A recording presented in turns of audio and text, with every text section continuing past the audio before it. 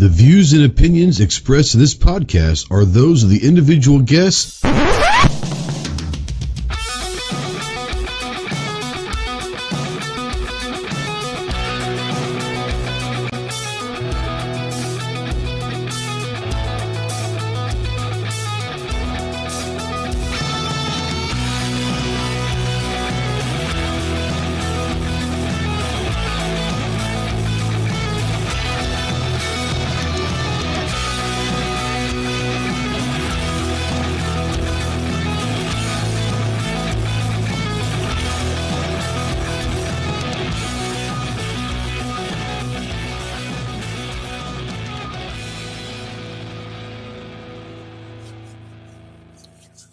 What is going on, my Ghost Squad? Welcome to the Armed Citizen Podcast Live. This is episode number 323. We are streaming live, as always, on YouTube to over 150 countries worldwide.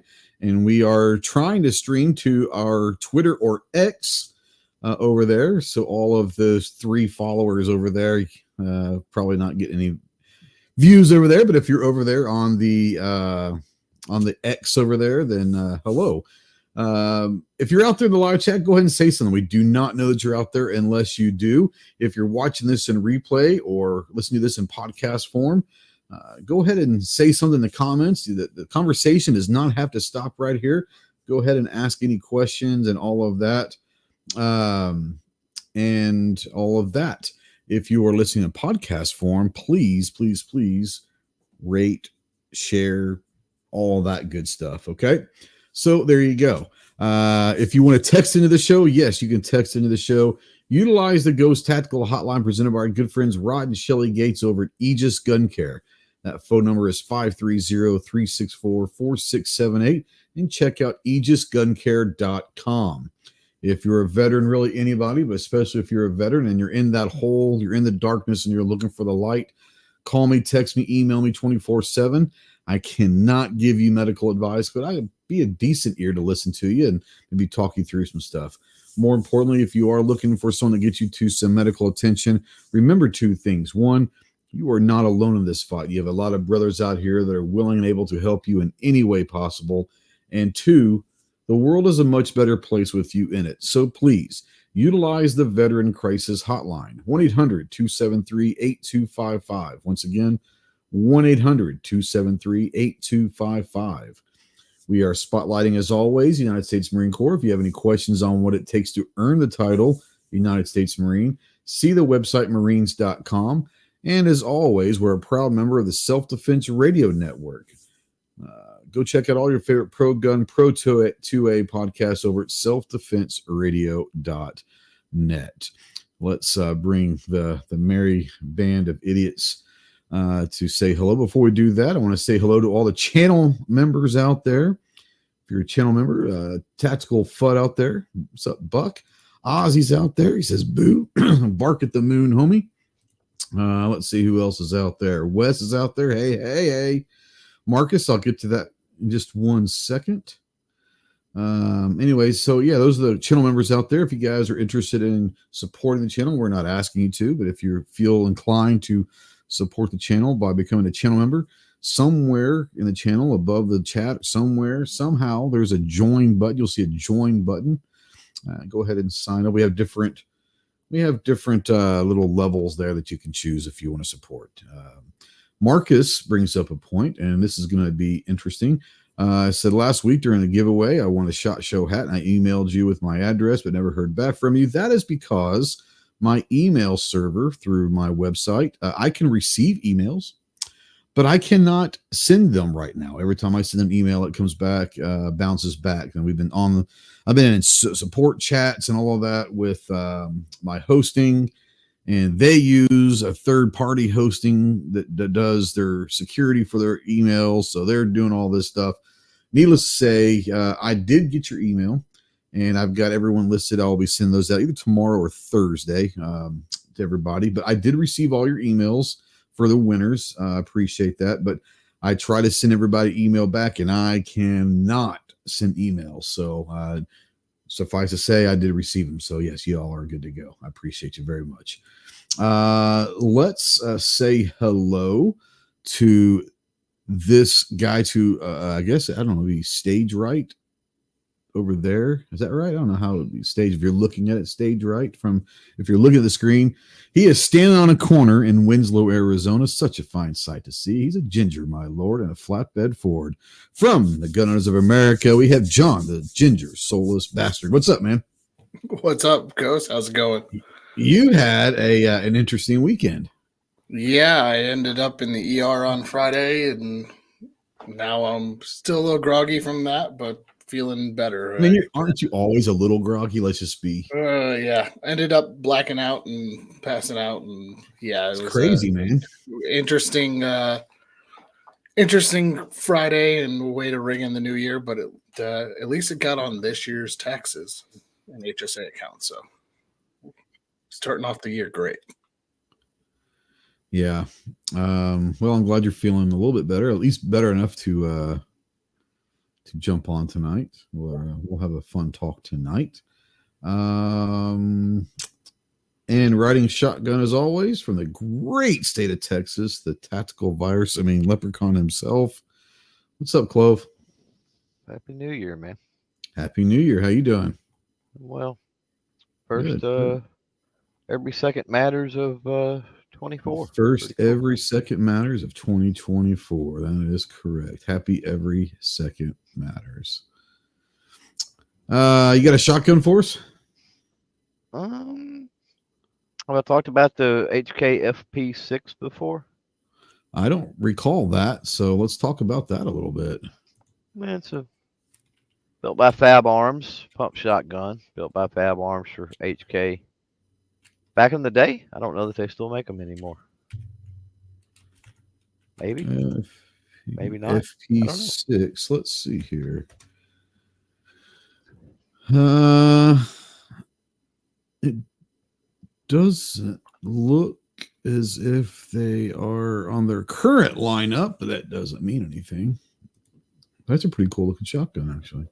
Yeah, mine's all camoed out. I don't remember, but obviously it's a longer barrel, not the tactical version. Yeah. Yeah, the picture I just saw is kind of like a little shorter one, tactical. Yeah. Looks like a little hand guard, tactical little hand guard on there. Yeah, I'm not real sure the camo pattern on the one I've got. I don't remember off the top of my head, but yeah, it's the field. I think it's a field model, maybe is what they call it. Right. I hear you. All right. Can you swap out barrels, Clover? Probably could if they made other barrels to put on it. You probably could. Yeah. Oh, could you prop out with? I'm not swapping it for a tactical barrel. Screw the tactical stuff, man. I don't care about that. I can do everything a tactical shotgun can with that shotgun. It's all good. What do I need another barrel for? Come on, man. Come on. There you go. Dude acts like I'm a dad bod operator or something out there. It is what it is. I got plenty of shorter barrel stuff though. No need. That's what she said. And no kidding. And I don't know that, like I said, I don't know that they made them in anything other than 12 gauge. And then I don't know that they stood. Well, you looked them up just a second ago. I don't think they still make them. So finding another barrel would be be kind of silly putting an 18.5-inch barrel or whatever, or 20-inch barrel on the. They said there was a 14. Camo. They said there was a 14-inch barrel and a 20-inch barrel. Yeah, well, that's bull because mine's like a 24 or 26-inch. I'm just going by what this is saying. Maybe even longer than that. There's 4 different variants. Let's see here. Designed in 98. Mine's a 28. Mine's a 28. Okay. It said that it only came in 12 gauge. Variants. Here we go. You reading Wikipedia? What's that? Are you reading Wikipedia? Yeah. Which I know isn't necessarily, but let's see here. The 20-inch tri-bore barrel. let's see here. I had a full name. Let's go see if I can find something else. Let's go to the HK FP6 shotgun. Ended. This is something different here. 41 and a quarter overall length of a 20-inch barrel. Maybe I'm. You know what? You know what? Maybe I'm wrong. Although I don't think I am. Look up an MP6. An MP6. Mm-hmm.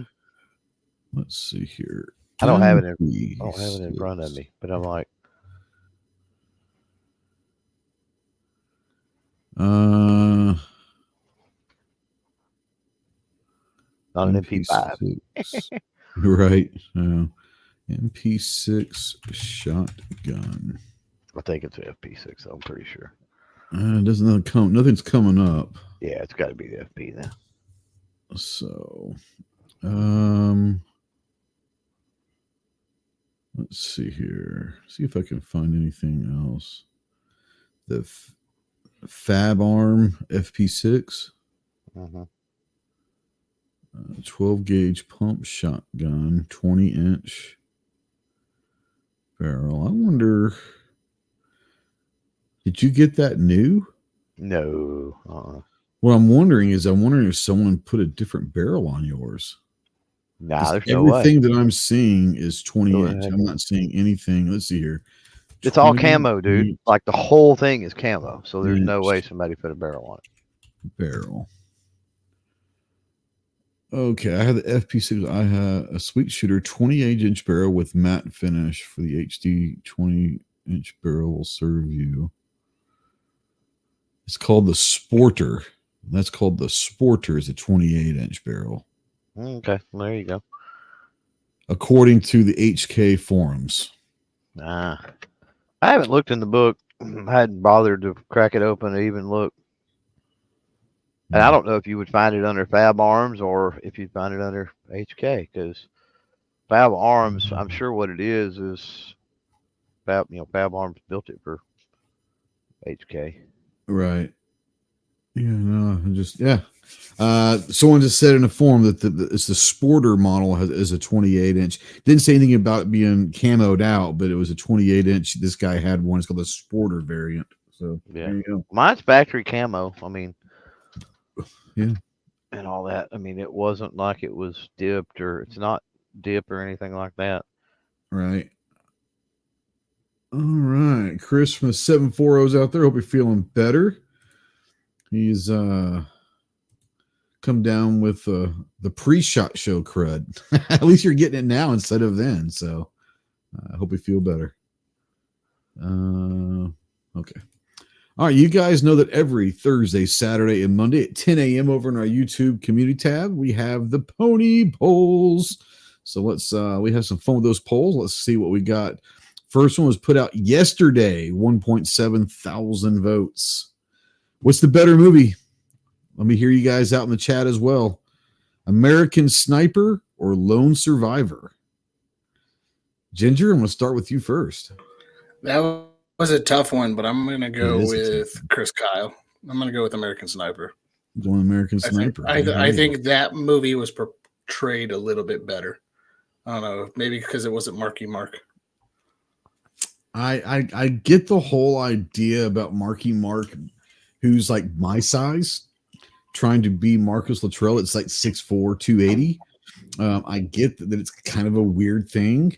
But yeah, no. They said, what they say that Bradley Cooper put on like 50 pounds of muscle for that role as Chris Kyle. That's kind of interesting. Yep. But yeah, both of them are great. Clover, which one?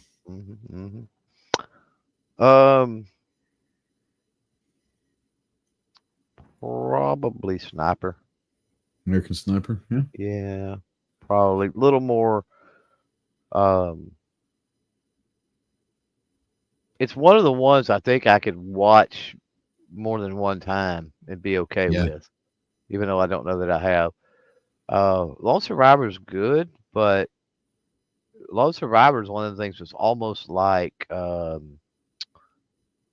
don't know. There's just more going on in American Sniper. You know what I mean? It's multiple deployment. You get a little bit of backstory. Yeah, there is more of You a know. story to American Sniper because his story happened over several years, So, Mhm. Yeah. Lone Survivor happened in about 2 weeks. So, Yeah. Mark says Mark and Marcus are best friends. I'm not saying they're not friends. I'm just saying that Mark Wahlberg's 5'8" and Marcus is 6'4". A little different, Not that I give a damn, but I think it's funny that Marcus is in the movie, and a lot of people don't even know that. So he's in the movie in a few different scenes, but yeah, I like them both. I do enjoy the story of Chris Kyle and American Sniper, but I'm also one of those that I love Lone Survivor because basically from start to finish, it is action. It doesn't stop because it's a firefight and it's not going to stop. All of this happens so quickly that Operation Redwing was nuts. If you haven't read anything about it, the movie doesn't do Operation Redwing justice at all. If you haven't, go read some stuff on Operation Redwing. It'll blow your mind. The rescue mission to get Marcus. I've talked to people that were on that mission, and they said it was the most insane mission that's ever happened. How it came about, because where it was, and all of these different variables and all of that, it was insane. But hello, zooming in on you, huh? But yeah, I mean, they're both great movies. 1.7 thousand votes, pretty close. American Sniper wins with 56% of the vote, so 56-44. American Sniper over Lone Survivor. Once again, I think Jacob was the one. I think I saw Jacob up there. Maybe said that he's seen American Sniper. Yeah, but not the other one. You need to go watch Lone Survivor. There's a few of them. I would say if you haven't watched them, some of the best ones out there, at least come out in the last 10, 15 years. American Sniper, Lone Survivor, 13 Hours, the 12 Strong, I think it was called, with Chris Hemsworth, about the first SEAL team to go into Afghanistan after 9/11. There's been some great ones. There's been a lot of great ones. I get a lot of people asking if I like Black Hawk Down, and I don't watch Black Hawk Down. Sorry, that just a little weird for me. So I don't watch Black. I've seen it once and didn't make it through, and I turned it off, and I'll never watch it again. I will say this, that Black Hawk Down is incredibly factual, and it's incredibly realistic. And so, yeah. Let's see here. 13 Hours. Yeah, 13 Hours is a great one. Jacob says, watch 13 Hours on the flight back from Hawaii. It's if you guys want to take the next step after 13 Hours, I had Boone and Sarah on the Jarhead podcast about a year ago, and they talked about the whole Benghazi thing, and it's very interesting. Very interesting. Were you going to say something, Clove or John? What's your thought on Zero Dark 30? I like Zero Dark 30. It's kind of hard. How do I put this? It's kind of hard to know. I mean, I think it's an entertaining movie. The mission side of it, we'll never know if that was factual or not, because they're never going to declassify that mission ever. People talk about it in books, but they're never going to talk about it the real way. I'm fortunate to know one of the team guys was on that raid, and I've talked to him offline and all of that. And needless to say, they did what they had to do for a movie, but they're never going to declassify that mission. What I will say about Zero Dark 30 is the fascinating side of how they found bin Laden. Like, just kind of like almost by chance. I mean, obviously they're searching the worldwide for traces of where bin Laden was, but just happening to like see some weird guy seeing like, well, that's interesting. There's a the guy that looks out of place walking into that compound, and if that's how it happened, fantastic. It's very interesting. I think it's a good movie. I'm skeptical on how realistic it really is, because I don't think they're ever going to declassify that mission ever. So I think that's a way that probably could have happened, but I don't think we're ever going to know, nor do I think we ever really want to know really how it happened. You know what I'm saying? Go ahead, Clove. If you want realistic, you need to go look into one called Top Secret. It's Yes, like the Top most Secret was realistic. unbelievable. Yeah.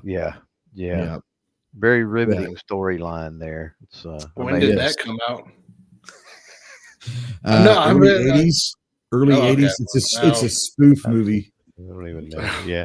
It was Hot Shots before Hot It was Shots. Hot Shots before Hot Shots. That's a good way of putting it. Early 80s, probably. Showing my age. One of Val Kilmer's first. I think it might have been his first. Was it that, or was it the when he's a science genius, real genius? Which one? I'm not sure which one came first. Top Secret came out in 1984. Fantastic movie. Real Genius. Let me find out what the year that came out. Real 1985. So yeah, Top Secret was before Real Genius. So that, I'm not sure it was his first, but that's the first thing I remember ever seeing Val Kilmer in. That's probably maybe his first big one, maybe, you know. Right. General classified docs are for 75 years. Op materials will never be. That's what I'm saying. Like, and especially that op. I ain't gonna ever declassify it. I'm sorry. But I promise you, well, I agree with what Mark says. There's some things we don't want people to know because they're right and wrong people. I don't. Yes and no. I think there's also things that you can't declassify because it has nothing to do with what people want to know or the wrong people might know. You're talking about operational security, and you never know if they're going to have to do a similar type of op. Operational security is a thing. More importantly, the average person that says they want to know about all this stuff, they don't. You don't really want to know what goes into an operation, and you don't want to know what it's like during that stuff. So yeah, I like Zero Dark 30. I think it's a good movie, and I think it's probably about 30% accurate, which is not bad, actually. Let's be honest. If you're wanting to watch a great movie, and Clover and I talk about this one all the time, if you guys haven't seen Act of Valor, you guys need to go watch Act of Valor. Just watch the gunboat scene. That's all you really need to watch. Yeah, just watch the gunboat scene, and I'm not going to lie to you. It's terrible acting. It's terrible acting. But so that you guys know out there, the actors aren't actors. They're legit. They were legit, like active duty SEAL guys. They were legit team guys put in a movie. So the acting's terrible, but their handling and all of that, man, it's phenomenal. And start to finish action. It's good. It's good. It is really, really good for sure. For sure. All right. Our second question, 1.9 thousand votes. Choose one. Which is better, cheeseburger or pizza? Clover, cheeseburger or pizza, man? We can't cheat and say cheeseburger pizza, all right? That would be wonderful. And yeah. No, cheeseburger, man, without a doubt. Yeah. Hands down. Yeah. Hands down. Yeah. Now, by the way, as much as I love Whataburger and different places like that, when I think cheeseburger, I don't think fast food cheeseburger. I'm thinking like a smash burger, like. Well, I ain't even thinking that. A legit some type of a restaurant. Yeah. Probably a hole in the wall place, quite honestly. Yeah. The best places are typically holes in the wall for any kind of food. Let's be honest. There was the best Italian restaurant I have ever been to was in Vegas, and I've been there 20-something years ago. Ate there, and I can't remember. I think it was called I don't remember what it was called, honestly, but it was in a little shopping center right behind the old Bally's Casino. And it was an old literal hole in the wall Italian, and that's where all like the mobsters went in the 60s and 50s and all that.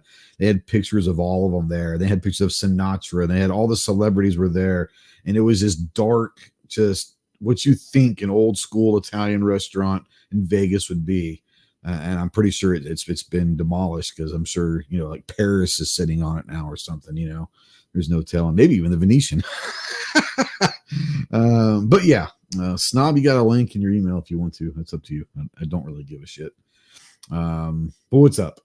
But no, like when I think burger, for me, it's definitely got it's as much as I love, like I said, some of these fast food burgers are pretty good, but it's got to be like a smash burger, like a legit burger joint burger. Ginger, what about you? Burger or pizza? I'm going to go burger. And when Kaylee, my boss, was in town a few weeks ago, they have a really good burger place at Chase Field called Cheeseburgers and Cold Beer. And it faces... That's what it's called? And it faces great. Towards the field. So you can go in when the stadium's closed and you can see Chase Field. It is amazing. Yeah. We've got here in this small little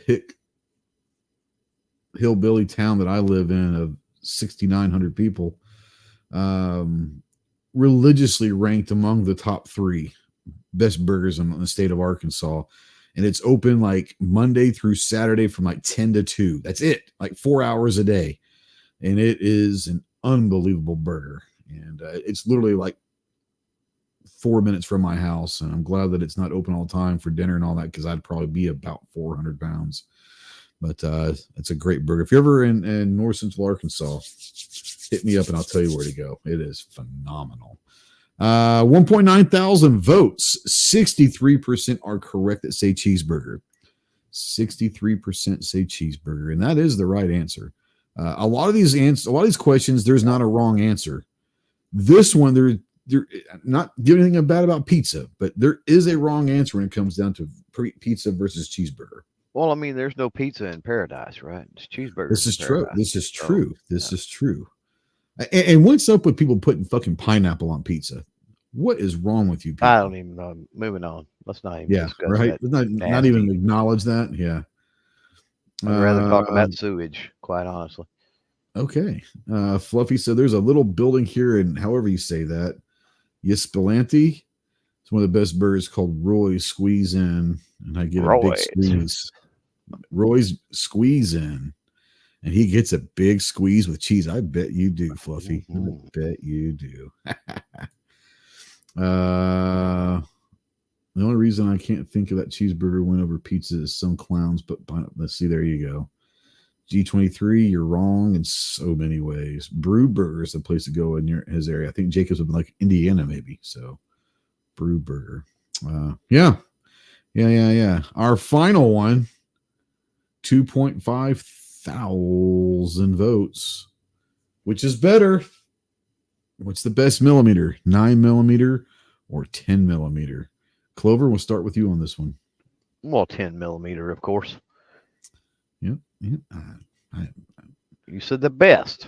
I don't disagree with you. I don't disagree with you. I love the 9. Everyone knows I love the 9 millimeter, but I'm not naive to think it's the best millimeter. I love it because it's very commonly found. It's pretty cheap. You can do all sorts of things with the 9 millimeter. It's a great thing, but I would never say it's the best millimeter. Ginger, for you, 10 millimeter is the best millimeter. It's just the combination of power and mag capacity. Yep. And the fact that it triggers people when you say that. Yes. It does. Oh, it does. It does. It does. 10 millimeter, I tell you what, 10 millimeter for me is almost the perfect handgun round, right? I mean, it's almost like the perfect one. You can use it for self-defense. You can hunt with it if you choose to. You can go to battle with it. You can do pretty much, not that you can't do the 9 millimeter, but if you're going to go with a 9, you might as well go with a 10. Sykes says, here's this question. Everyone says 10 millimeters is shit. Whatever happened to the good old fashioned 44 mag? It's still out there. But here's the thing. You can shoot, you can go through a 50 round box of 10 millimeter and be fine. You go through a 20 round box of 44 Magnum through a revolver, you're not going to be fine. I mean, that's going to wear on your ass a little bit. Now, 41 Magnum, if you're talking 10 millimeter, 41 Magnum would be closer to a 10 millimeter. And 41 Magnum, 41 Magnum's pretty banging. You don't see that a lot anymore, but man. Well, let's be honest. I know that everyone compares like the 357 Magnum to the 9 millimeter, but it's really not. The 357, I think the 9 millimeter is kind of in between the 38 and the 357. 357 is, I think, is probably in between the 9 and the 10. Would you say?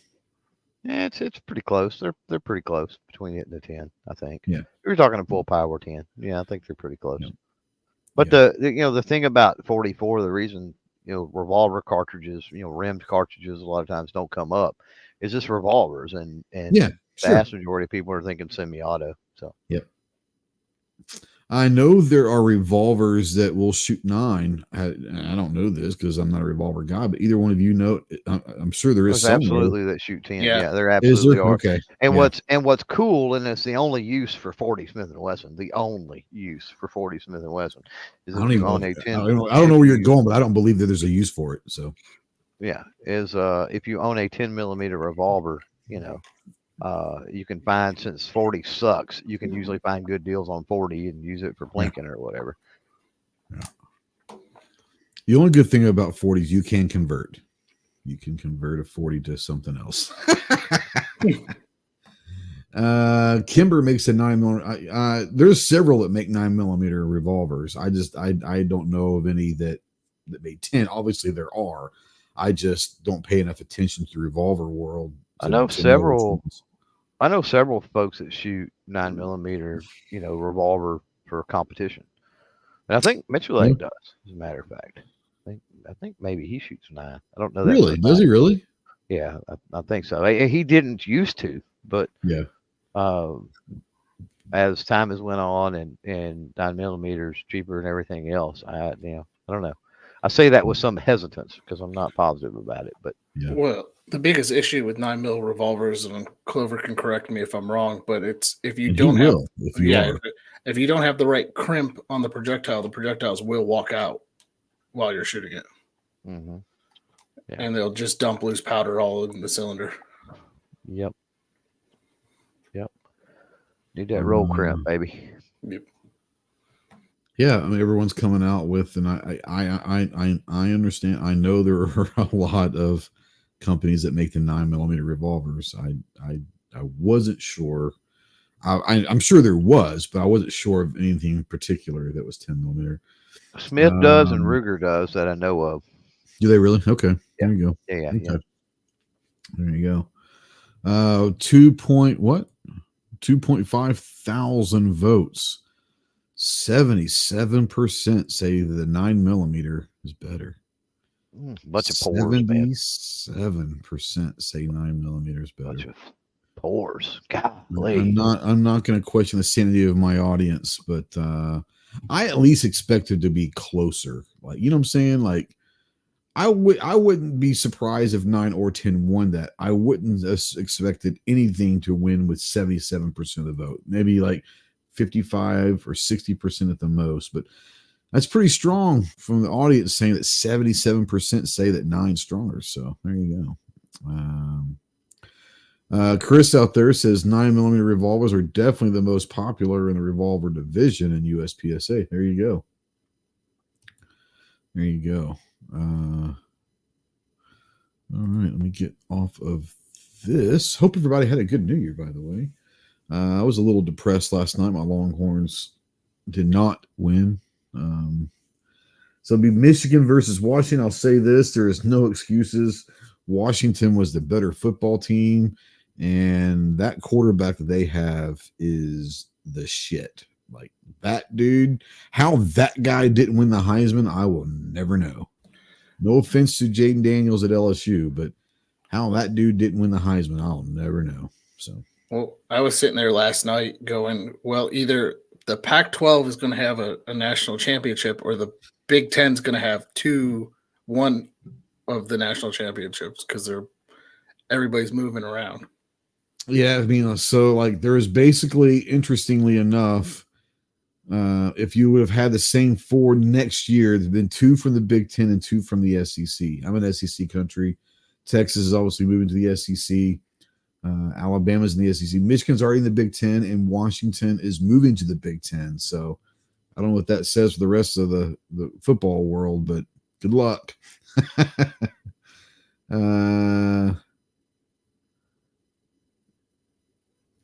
Syke says, ain't it sacrilege to root for Texas while you're in Arkansas? Yeah, but that's what it is. Like, sorry. I wore my Longhorn sweatshirt. I was walking into the grocery store yesterday to get some Velveeta for some cheese dip we were going to make and stuff. And this lady just kind of stared at me. I was walking out of the grocery store and she was coming in. She just stared at me. She goes, "You got some balls to wear that around here." And I'm like, "Have a nice day, man." I just kept on walking, but it's like, okay. But yeah, no, it is what it is. The funny thing about that is I'm an Arkansas fan. I've been here 21. Ironically, I've lived in Arkansas longer than I lived in Texas in my life. So go figure. But I'm still a Texan. But it's funny because like Arkansas like claims that Texas is their biggest rival ever. And Texas doesn't even acknowledge Arkansas as a rival. It's kind of funny. Like our rivals are OU and A&M. And even there for a while it was Nebraska, but Arkansas was definitely, from the Arkansas side, was a big rival, and it was a rival for Texas back in the 60s, because they were 1 and 2 in the country for a lot of years in the 60s, but that's been a long time, guys, long time. Let's see here. Foxtrot says, I can't vote on that. I never shot a 10 millimeter. Holy shit. You need to go experience life a little bit, brother. You really need to go and experience a 10 millimeter. If you've never shot 10 millimeter, man, you got to experience that. That's a great one. It's about like a 22 long rifle. Yeah. Yeah. Yeah. Yes, Gary, I'm very aware that they're Southwest. Happy 2024. Happy every second matters, G. G, you got a link if you want to step in. You're more than welcome to. Had fun watching G's shot show thing this morning. Went on for a few hours. I was in and out for a lot of it. But it's good to start talking shot show, which we're going to talk about here in a little bit. But yeah, thank you guys for voting out there. For everyone that voted on the pony polls, go check out our good friends over at AndersonManufacturing.com. Let's see here. Shot show. My favorite show, baby. Yeah, my favorite week of the year. Looking forward to it. Before we jump into a lot of it, I'm going to go through this. Ginger, you're going, obviously, as GOA. You're also going as your channel. You've been to shot in different shows as industry. What do you, the industry versus, we're not necessarily shot, but shows in general. Industry, GOA, or content creator? Like, what would you choose to go as if you could choose one?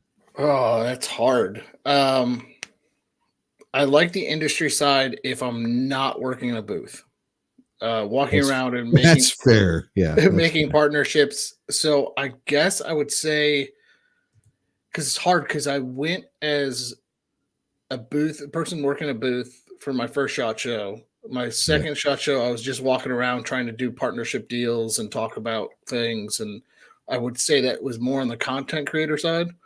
I think I had more fun walking the show and talking to people than I did sitting at the booth and dealing with the backpack salesmen and the bullshitters and the things. So I'm going to say, for me, it's weird because I'm in a weird mix of kind of content / partnership / working a booth this year, and I'm avoiding the booth at all costs. So See how that works out for you. Yeah, it should work out. Well, I've got 25 meetings already set up, so There you go. it's gonna be fast. Yeah.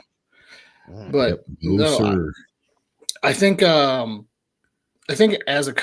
doing it as a content creator looks more fun from my perspective. I don't know what your guys' experience is, but from my perspective, it looks like it's more fun. It's more enjoyable. Yeah.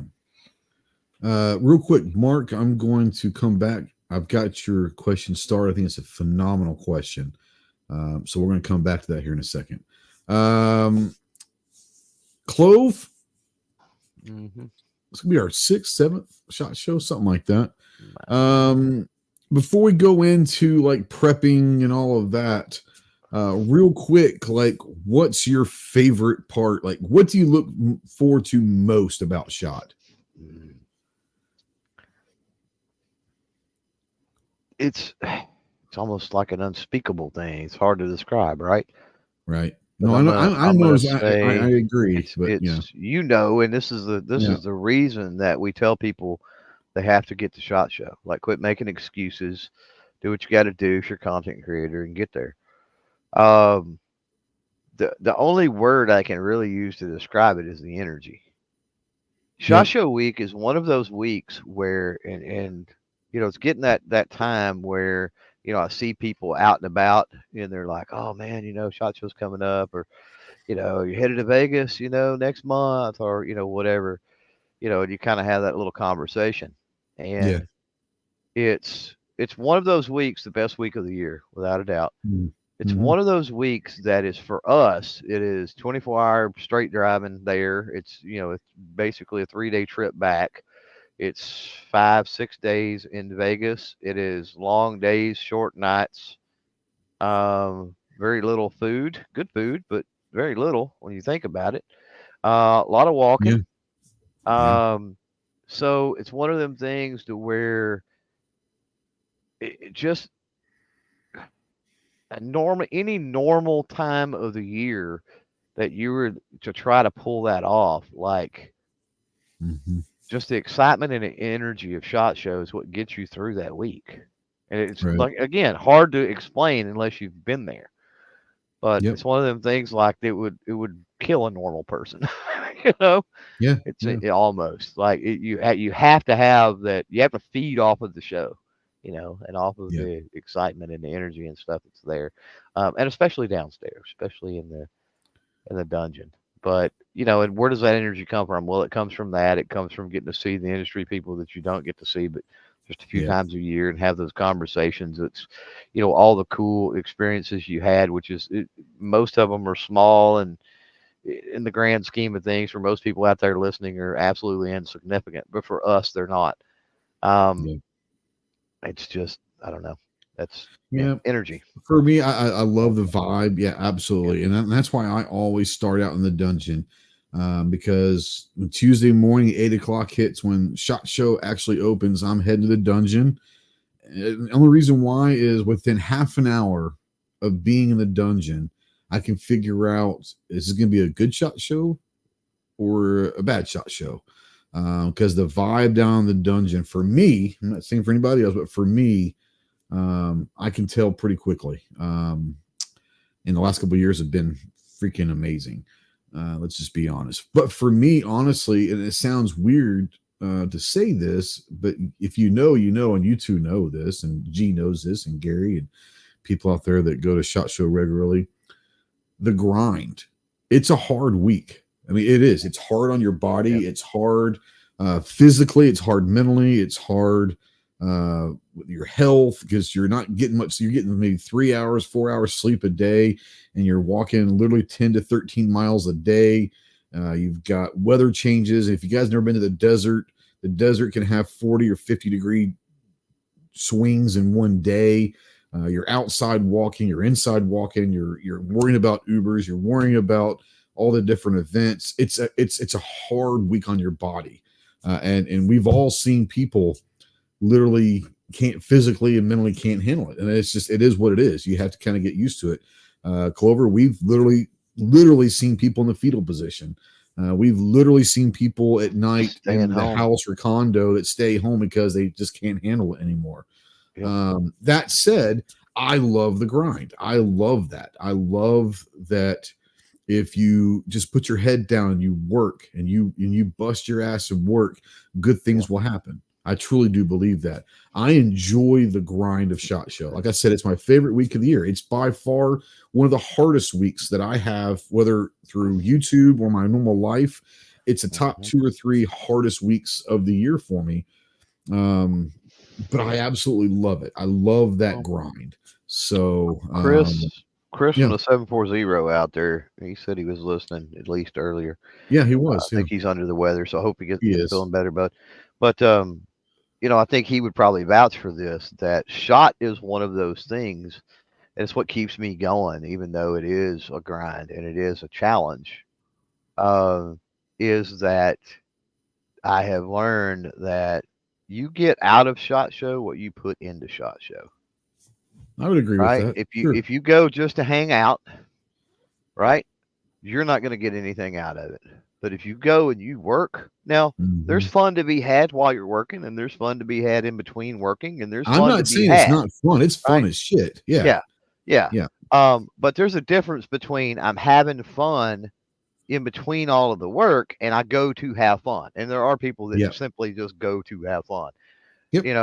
And you're not going to get anything out of it. And maybe those people aren't looking to get anything out of it, which is fine. Yeah. But for me, I want to return. And so it's what I said. It'd be interesting if Chris is able to chime in. I'd like to know his thoughts out there. But what you put in, if you go and you put in 180%, you're going to get out 180%. Yeah. If you go and put 20%, that type. Yep. It's that type of an environment. Yep. Before we move on, a couple questions I want to bring up. First one is from Mark. And whoops, didn't mean to do that. Back here. I unstarted without. There we go. Ghost, have a question for you 3. Home defense. Assuming your wife and kids are trained, you're dead and they have to pick it up. Rifle, then pistol. What is it? So honestly, they are trained. Okay, so that's the preface of this whole thing. They are trained. I'm gonna go AR. AR or shotgun. I like pistol. Because it can do a lot of things, but if you're trained and you can handle, especially if it's like a 9mm pistol AR, a shorty, you can sling it, that you can have, your other hand to be able to do stuff with. I think the AR, I don't give a shit what caliber. I think the AR platform for home defense is probably the best. That's just me. I don't take into serious consideration like over penetration of walls and all that for where I live. I don't have neighbors. I ain't worried about that. I'm worried about ending a thread inside my house. I'll take the risk of whatever. I think the AR platform for me would be the best thing for my wife or daughter. It's pretty simple. You got a red dot. You flip that safety selector and you put that dot. You're going to be all right. Shotgun is another great one for me. Not for me personally, but I mean for me to choose, because you don't have to be pinpoint accurate at 21 feet. You put a shotgun with some bird shot or anything, whatever, you're gonna do some damage and all that. Chances are, especially like maybe a 20 gauge, maybe even a 410, 28 gauge, 28 gauge or 410. You can still do what you need to do with those, and I think that they're going to be pretty easy to handle for the ladies. AR platforms, for the most part, will be pretty easy for them to handle. Pistol, I worry about pistol, not just for ladies, but for anyone. I would probably have a pistol as a sidearm for me, but I'm going with an AR. The only reason why I'm not the greatest fan of pistols as much as I used to be all about it. But the more and more I think about it, the more and more I train with other weapon systems, the stability or lack thereof of of the pistol, because chances are you might be having to use that other hand, and you're having maybe one hand shoot. That pistol may or may not be the most stable. With an AR, even if you're going one hand, you can get that stock up against the shoulder and you can stabilize your shot if you need to, or whatever. There's a lot of different reasons. I'm not saying that pistol's bad, because I still love a pistol for home defense. But for me, my top two choices would be AR platform and a shotgun. Let's run through. Ginger, for you, what are your top couple platforms for home defense for the ladies and Well, kiddos? I'm gonna answer this and then I'll transition over. My thing is, he said it if they're trained, so I'm gonna play Mhm. devil's advocate what they're most proficient Absolutely. with. If Okay. the weapon they're most comfortable with and most proficient with. Now that being said, like you said, I like a PCC, I like an AR. Those are great. I've got the little Strybog. I love that. The wife Mhm. loves that. So those are really my top two choices. But to play devil's advocate, if they are trained, Yeah. whatever they're most proficient with, whatever they're most comfortable with, Well, that's that's a pretty chicken shit way yeah, to it is a real I'm shit. just joking. I'm just joking. But no, you're right. I mean, obviously, if they're trained, you didn't say what they're trained in. Are they trained in CQB with an AR? Are they trained in, just self defense 101? Concealed carry 101 pistol.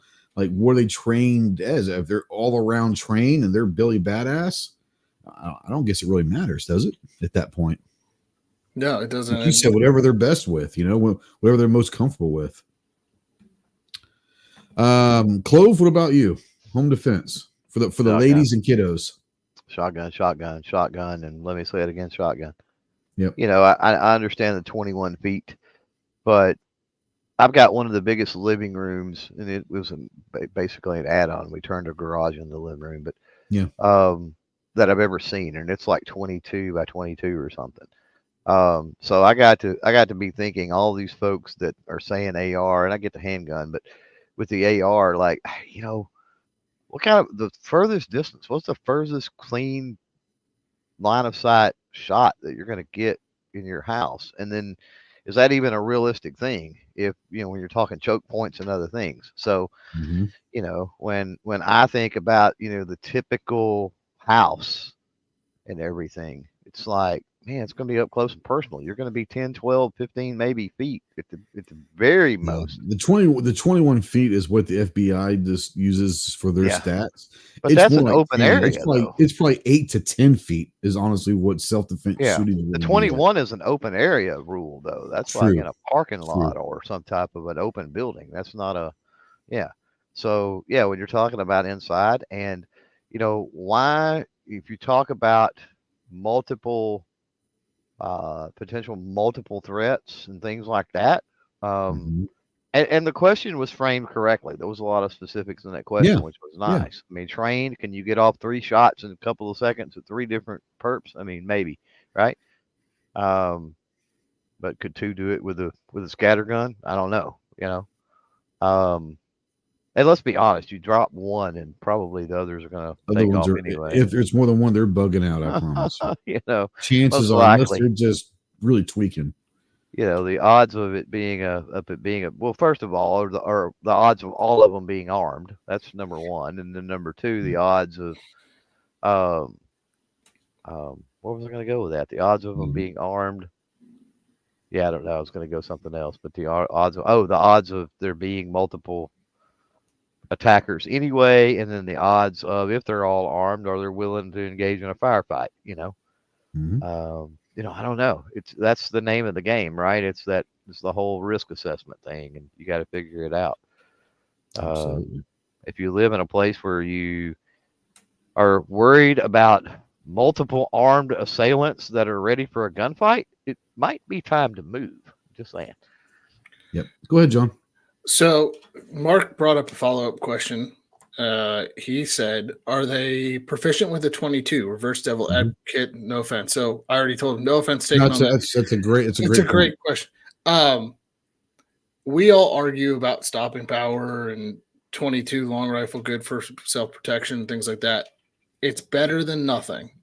Will That's I right. say it's my first choice? No. But if they can put 10 well aimed shots within in a good area in the zone to stop them, Will it stop them? Maybe, maybe not. But it's better than giving them an AR and they fire one round and then the other two are all over the place. So I want to take that point real quick, and I want to bring up a point that they talk about stopping power. And let's be honest, the movie term. Not every intruder is going to be 6'8", 320 pounds, right? If you've got someone that's at 6'8", 320 pounds, and they're tweaking on something, 22 LR probably ain't going to do a whole hell of a lot. But I want to bring this point up because this is something that gets brought up a lot, and I almost cringe when I hear it. Stopping power does not necessarily mean killing someone, and ending a threat does not mean killing someone. Ending the threat means ending the threat. And I promise you, if the average person that's breaking into your house, if you put 5 to 10 22 LRs in their body, you're going to end the threat. Why? Because they're probably going to fucking run away. They're going to leave. And that's ending the threat. I'm not saying that you shouldn't be shooting to end that threat, but ending the threat doesn't necessarily mean ending a life. It means ending the threat. If they leave, that threat is ended. So, and I've got a video on the 22 LR for home defense. I think it is a caliber that should not be forgot when it comes to home defense. Is it the optimal? No. Let's be honest. But absolutely, if someone that's what they have and they're comfortable shooting that, yeah, you can end a threat with the 22 LR. Go ahead. What's funny is people will, and I've heard people make this claim, they make the stopping power, quote unquote, claim. Yeah. And then they talk about, I run a 5.56. And I'm thinking, so you're running a very, very small, lightweight projectile, a 22 caliber that delivers next to no energy compared to many, many other things. And you think just because it's coming out of a rifled barrel or whatever, or a longer barrel at a high velocity, that somehow it's dumping enough energy to even get close to what could be considered a stopping power. Now, 44 Magnum was brought up earlier. That's stopping power. That's stopping power. 10 millimeter stopping power. Yeah. But 5.56 is not stopping power. No, 5.56 is stopping power. It just depends on what you consider stopping power. Like, you know what I'm saying? Like, stop the threat. Again, stop the threat power, stop the but threat. It's not, But it's not, and then that's what I'm saying is that's where I think a lot of people, anyway. Yeah, likely, sure. That's where I think a lot of people get either confused or they get going down the road and they don't realize that ending the threat should be your goal. Ending a life shouldn't. Now, that might be part of ending that threat. Let's just be honest. Well, putting rounds in the threat. Your goal is to end the threat. However, you have to end that threat, right? Put rounds into the threat with the intent of stopping the threat. Of stopping them. Absolutely. Whatever happens, happens. I'm putting rounds in them. The intent is to stop the threat. I'm shooting until they stop. Yeah. That's correct. Exactly. That is correct. Shot placement is important. Caliber is important. But you can stop threat. I promise you, if I pump 25, if I get one of those, what are the 25 round 22 LR Ruger mags? Yeah. What are those called? Oh, dude. Whatever they're called. The BX25. The BX25. I guarantee if I get my MP5 that's a 22 LR and put 25 rounds and I unload all 25 rounds into somebody, I promise you 99.9% of the time that threat's ended. Dude, can you imagine having that 240 Bravo full auto BB gun? At what, 1,200 per minute or something like that? Oh my God. You talk about give somebody it's a BB gun, but I promise you that ends the threat. That would end the threat. Or probably any of the full auto ones. Guarantee it. Well, the other thing that we haven't brought up, we brought up shot placement, but it's also about your training. So if the threat is still coming towards you, and you've put like 4 in the chest, and you're not Mozambiquing and going straight for the legs or the groin area, the other stop, and then going up, that's another thing. We just saw, what was it, a month ago, 2 months ago, the guy coming at him, he put 15 in the chest and he still Yeah. came at him, you got to Mozambique it. You got to figure out how to stop that threat.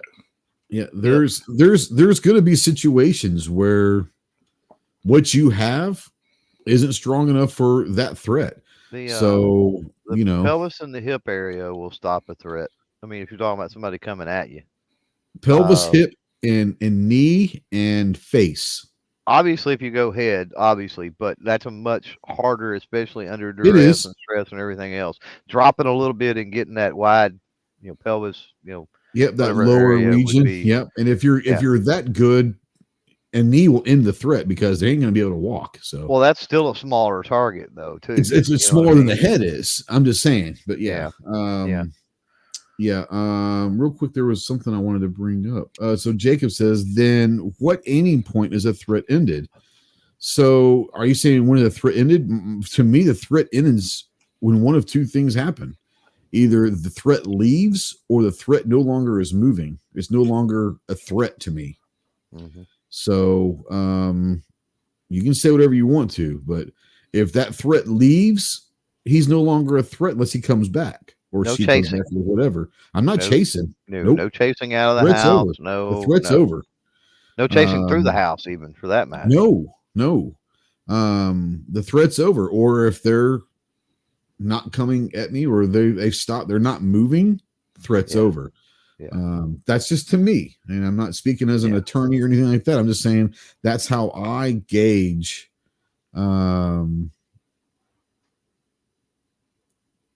The threat assessment, right?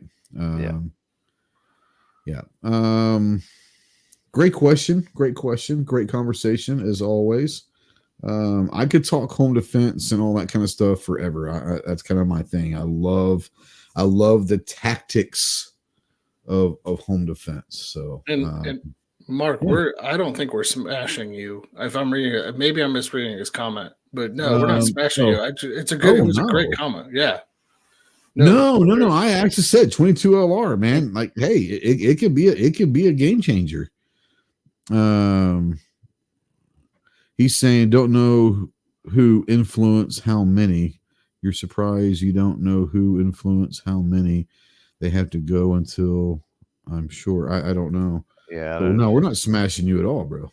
I don't know what that was about. Yeah, no, not at all. People don't walk well with shattered hips or knees. This is true, Rob. He's saying you're not smashing, but the door is open. He can take it. No, I get it. But there's nothing to smash because here's the thing. Ultimately, it comes down to this. There is no right answer for what caliber. There is no right answer for which platform. There is no right answer to any of this. It's what you have, whether it's paintball, BB gun, 22 LR, all the way up. If you've got, a 308, I think it's overkill. But if that's what you got that you can get, there is no right answer. It's what you have at your disposal that's going to end the threat of harm to you, your family, and your property. Ultimately, that's it. But here's the thing. Understand this. No matter what you use, how it goes down, understand a couple things. One, you're going to be detained, maybe not cuffed, maybe not arrested. You're going to be asked questions by law enforcement. It's going to be a long night for you. Oh, yeah. It's going to be a long, maybe month or two for you. Don't know. It just depends on where you live and the circumstances. But what I will say is this.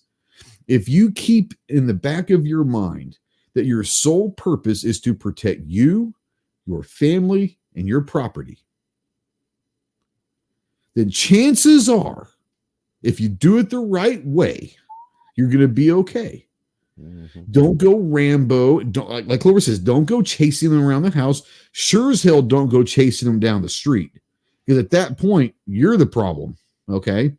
But whatever you have in your house that is going to protect you, your family, or your property, and someone's invading on you, your family, or your property, depending on where you are, most of the places in this country, you can defend yourself legally. Just keep in the back of the mind, defend you, your family, and property. And when that threat is over, it's over. Because I don't want people getting in trouble for going crazy and doing stupid things, right? But there is no answer on what caliber. There is no right answer on platform. There is no right answer. It's what you have that's going to defend your family is what you use, and that's it. Let's see here. As close to the right answer I can think of, and you're right, there isn't. Something like a 223-556, a 12 gauge, a semi, and a capacity is best there. Let me ask you this real quick, Clover, because he brings up a point. You brought up shotgun. Mm-hmm. In the best of all scenarios, are you going pump? Are you going semi-auto? What if you had to choose a shotgun? You going pump? Okay. Pump. Oh Okay. yeah. Mm-hmm. Yep. Have, yeah. matter of fact. Go. I said and have, that has been the go-to. So yeah. Yeah, sure. Go with the Pony Express. That's Pony # Pony Express 2024. Lever actions ever come into play in your minds? Yeah. Nah. Property management type stuff, maybe, but not inside the house. Yeah. No, Okay. Nah. I'm trying to think. I mean, obviously, bolt action is kind of a little overkill. But once again, if the 308's what you have, then by God, that's what you have. You know.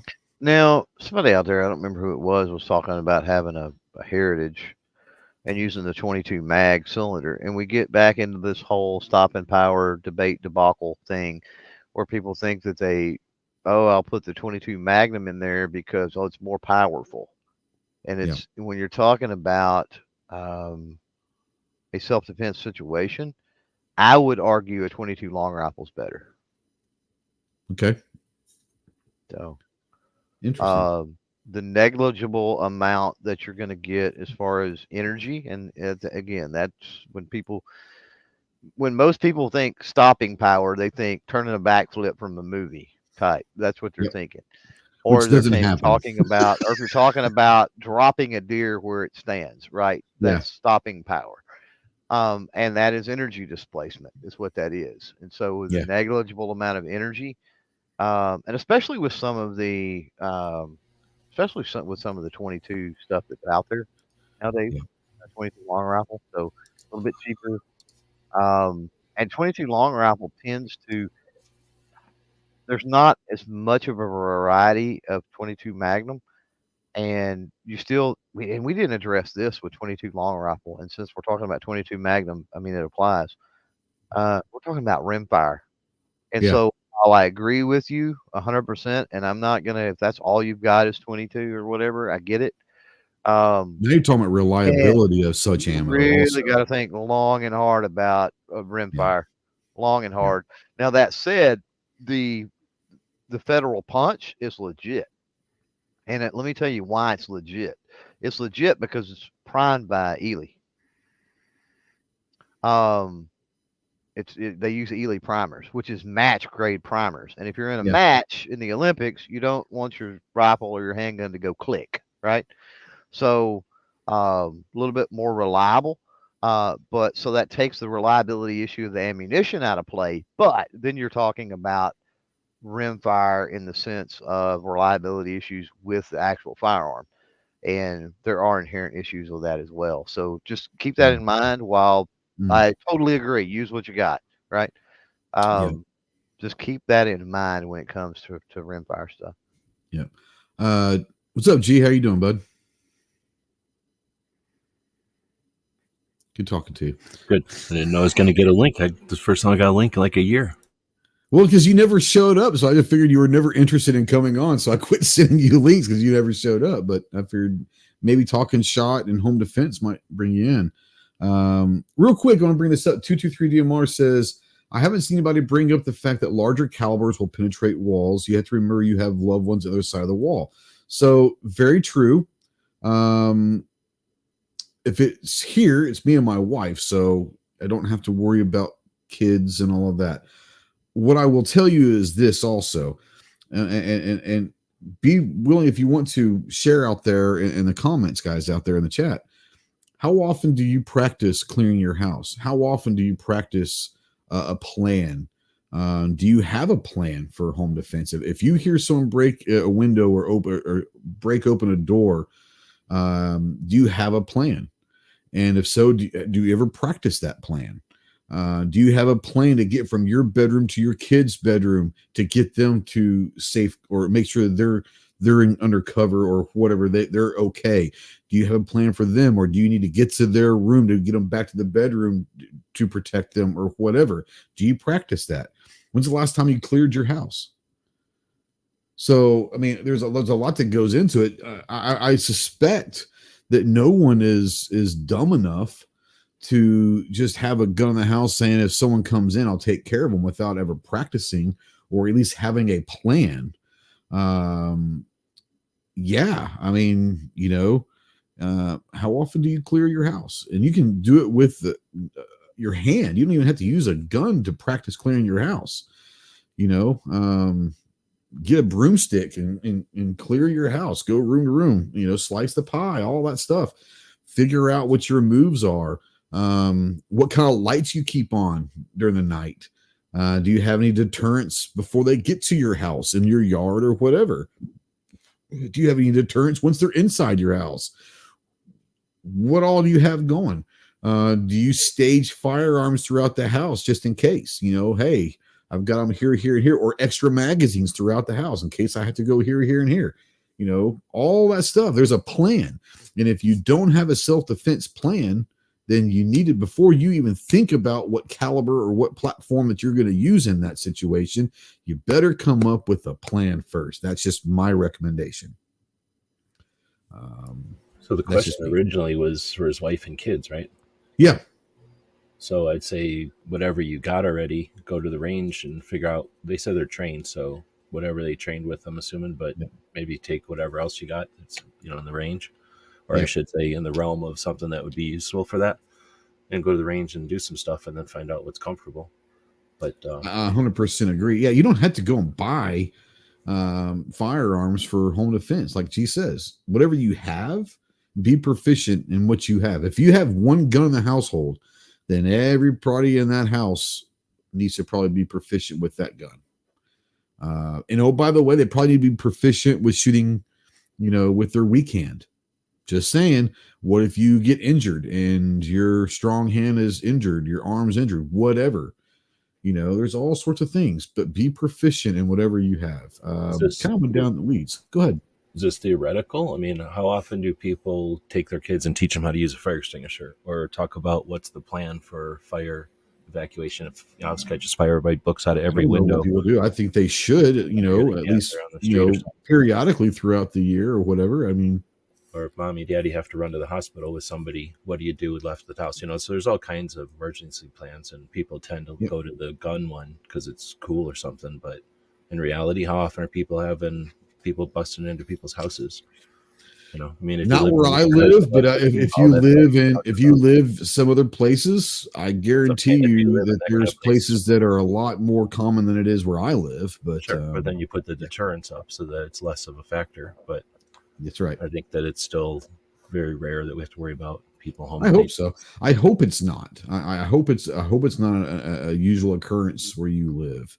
But like putting in real bolts, real screws in the door so that somebody can't kick it in. Putting a piece of stick near the doors so that you just put that stick there, and there's literally it's impossible to push the door in now. There's all kinds of things that you can do to make it so it's not possible for somebody to just gain access to your house. Absolutely. We are going to do a little cleanse the palate right here. In case you guys didn't know, one of the most influential and important people in the history of firearms, and I'm not joking about this, people might laugh and all of that, Gaston Glock passed away last week. And you might not be a Glock fan and all that, but if you are at least being halfway serious about the discussion of most influential, I'm not saying Rushmore, but I think he's in the consideration. I think he's in the discussion of the Mount Rushmore of firearms, right? He's in the discussion. Not saying he belongs on there, but he's in the discussion. You're saying top 5, top 4? Top 4, and like I said, I don't know if he's top 4. I think you have Samuel Colt and you have John Moses Browning, and there's probably 5 or 6 other people that are in the discussion for the last 2 spots. That's my opinion. But regardless of what you think about Glock, because Colt only did like one or two things compared to like Ruger, who did a crap load of things. You know, Colt did them first, and he did them bigger. But anyway, I think no, I get that. But what I'm saying is whatever you think about Glock, and if you're being halfway serious, Gaston Glock is in the conversation of the most important people in firearms history, and he passed away. And we've been talking, people, not just we, but everyone talks in this community about what's going to happen to Glock when the old man goes. We've joked about 1911s, revolvers, ARs, and all that. Calaveras, do you think Glock will try to make an AR or PCC? So they've already made an AR. The designs, they're using it over in Europe for military stuff. The design was leaked, a year or two ago? Last year, we saw the design of the AR. We know the AR is a design. It's already come to fruition in some places and all of that. I truly believe that over the next, 24 months at least, I think you'll see an AR. I think you'll see a PCC. I mean, look, the PCCs that are out there, 90% of them use Glock mags. You might as well come out with a Glock PCC. I don't know. People talking about revolvers and 1911s.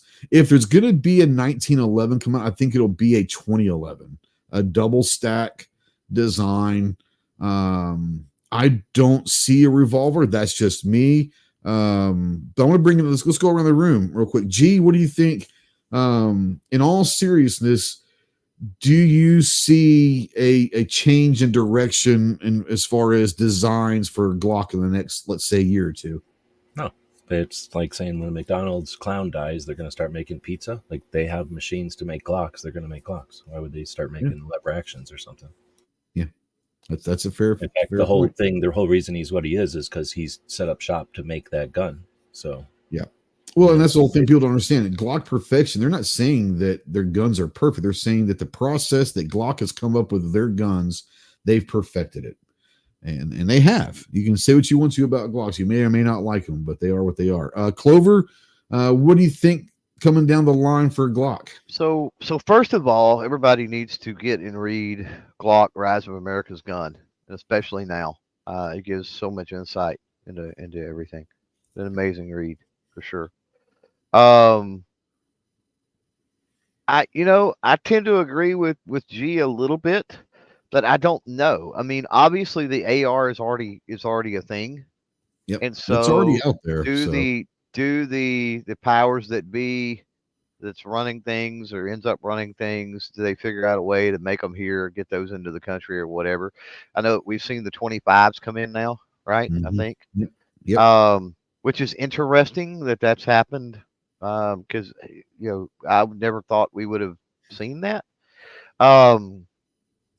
So some things have happened that I didn't think would happen. So totally could be off base or wrong. I think that G's right in the sense of they have such a, I don't know how to word this, because I'm making it sound like you could do it in your garage and it's just a nothing thing. But their manufacturing process is so dialed in and tuned in and so easy, and it runs so smoothly that if you were, let's face it, billionaires inherited at this point, but if you were billionaires inherited, would you want to sink millions and millions and millions of your money, and we're talking about a private company here too, millions and millions and millions of your wealth into tooling up for some lever action revolver 1911, some other design that, let's face it, there's tons and tons of pretty much everything in the market already, right? Yep. And I just don't know if that's a financial move. Not to say that they wouldn't want to do it, right? But I don't know from spending the money when you're talking about heirs of a billionaire. I don't know that they're would be willing to go that route, because right now it's a well-oiled machine basically, right? That just cranks out cash for them. And it's automated. Nobody's messing with it anymore. It's like basically, yeah. Now, when you're talking about the AR, you're talking about that one that was imported. No, it wasn't imported. The designs of the AR that are being used over in Europe for, I think, some different military stuff. It hasn't come to America yet, but the design was leaked about a year or so ago. Because I remember something got leaked from like an imported, like Crump was doing the Freedom of Information on the import stuff, and then there was like a picture of an AR Glock in there. But if it's just, I was thinking if it's just from that, then that could just be a company wants to import something to play with it. That doesn't mean they're making it or thinking about it seriously. Yeah. And I'm not even sure if they're currently producing those rifles. I don't know if this was a design that was commissioned for a military or whatever. But it's not, from my knowledge, which is limited. They're not here yet. They just the design was leaked. From my understanding, it was for a contract over in Europe somewhere. I might be wrong about that. John, do you know more about it? They submitted an AR last year, and that's where the leak came out for the British SAS trials. Okay, there you go. Okay, so that's what it was. It came out different, or is it just branded like a normal AR branded Glock? It was their branded. It was a standard AR with an FDE with some rails and furniture on it. That's a good thing that G brought up. Is like, do we know if they even made that, or if they had somebody else make that and just put their name on it? Because we know that's happened before. This is true too. And then the other side of that too is, okay, I'm a billionaire, right? I got a finely tuned running company and everything else. It's a cash factory. So part of that being a cash factory, obviously, is military law enforcement sales, right, around the globe. So to appease, let's be honest, for most companies, that's the big dog. Like the commercial landscape is crumbs compared to the contract world. So follow me on this, right? So I need to appease the Brits because I want them to use my handguns, right? So in order to help appease the Brits and keep at the forefront of their mind, we're going to continue to use the 19 and the 17. We're going to contract. We're going to contract with this company over here to build a Glock AR to submit to the trials, so that Glock is still in the mix. We don't really expect them to use it or take it over or win a contract, but it keeps our name in the conversation there, right? With the higher ups, that's valid. Make those decisions, right? They did patent it. They patented the Glock AR and another gun last year. The patents got leaked last year. I would hope they would do that. Yeah, exactly. Yeah. What if they want to make handguards and grips and stocks, though? They already make plastic. So if they wanted to start making their stuff with their designs and their plastic, they want to have a chassis to put it on. Absolutely. Real quick out there. Great question, Jacob. I love Jacob. He's a young man. Been watching the show for a long time. He always brings great questions. Can you shoot 5.56 and a 2.23 or the way around? So this is a great point for people out there that might be listening, that might be new to ARs. If the rifle for some reason says chambered only in 2.23 Remington, don't try to shoot the 5.56 through it. If it says chambered in 5.56, you can shoot a 2.23 in that. What you're probably looking for, which most of them are going to say 2.23 wild or 5.56. If either one of those two are the chamber, then you can shoot either one. The only thing that you can't do is shoot the 5.56 through the 2.23. You can, but I wouldn't suggest it. Potential pressure. The potential is higher for a catastrophic failure. Yes, for catastrophic failure. It can be done. Yeah. Like I know people that shoot. The whole conversation we had with 10 millimeter earlier. I know people that shoot 40 in an unmodified Glock 20, which is 10 millimeter. Really? And yeah. And it will work because I've done it too. But at that point, you're not headspaced properly. And what about shooting 380 through 9? The case is different. So it's, yeah. I know people that try to shoot it. It's going to bulge. I've seen people shoot 380 through a Makarov. Yeah. I think people shoot 380 through a Makarov, 9mm Makarov before. What you get the issue you get though back with the Glock 20, what you get with that though is you're relying on the extractor to headspace because the case is not long enough, right, to headspace. Yep. So if you have an extractor fail, you're going to have a catastrophic issue potentially. And so that's all the deal is with that is you increase the risk. It's not that it's not that it won't fit or whatever. From a physics, well, you're also shaving lead when it's not fitting in the chamber right. So, or at least potentially shaving lead into your shaving. So you're just making that gun filthy. And keep in mind, there was some talk out there about Garands, and I've seen this with M14s and some other stuff. We're talking older milsurp, especially. It's Are you talking like 6 Garands? Or are you talking? No, I'm talking about the 308. I was getting there. Okay, because I saw some discussion earlier about the 6, and I didn't know if that what they were talking about. I wasn't paying. What we're talking about here, which is NATO will run commercial. Essentially, okay, yes, about, yes. Right? With 5.56. You're talking about like the 51s running 308s. Yeah. So be very, very mindful and careful trying to run a 7.62 which is 308 NATO, in a 308 Winchester. Be mindful of that, or let me flip that around. It's the opposite direction. Be careful running Winchester 308 Winchester in a 7.62 NATO. You can run. I was gonna say you can run the 51 through a 308. It's opposite. Yeah. It's opposite from what the 5.56 is. Exactly. Yeah, you can run a 7.62 by 51 and a 308 all day long. Don't really want to run the 308 through the 51 chamber. So. Most of once again, it's not going to blow up in your face the first shot. Probably. That's the issue. That's right. That's the issue. Probably. Yeah, probably. It's not. Probably's not good enough for me. Not when I've got a controlled explosion in front of my face. Like I'm okay with that. Yeah. All right. Great questions, guys. Thanks for doing that. We're going to talk a little SHOT Show before we get out of here. G, you've been going for what is that? Your 19th or 20th SHOT Show coming up. This is like my 6th or 7th or whatever. And we've had this discussion for many, many times. When I asked the question that I asked Clover and John earlier, there's a lot of reasons why we go to SHOT. And there's a lot of reasons why people love SHOT. A lot of reasons people hate SHOT, whatever. What, if anything, do you look most forward to for going to SHOT?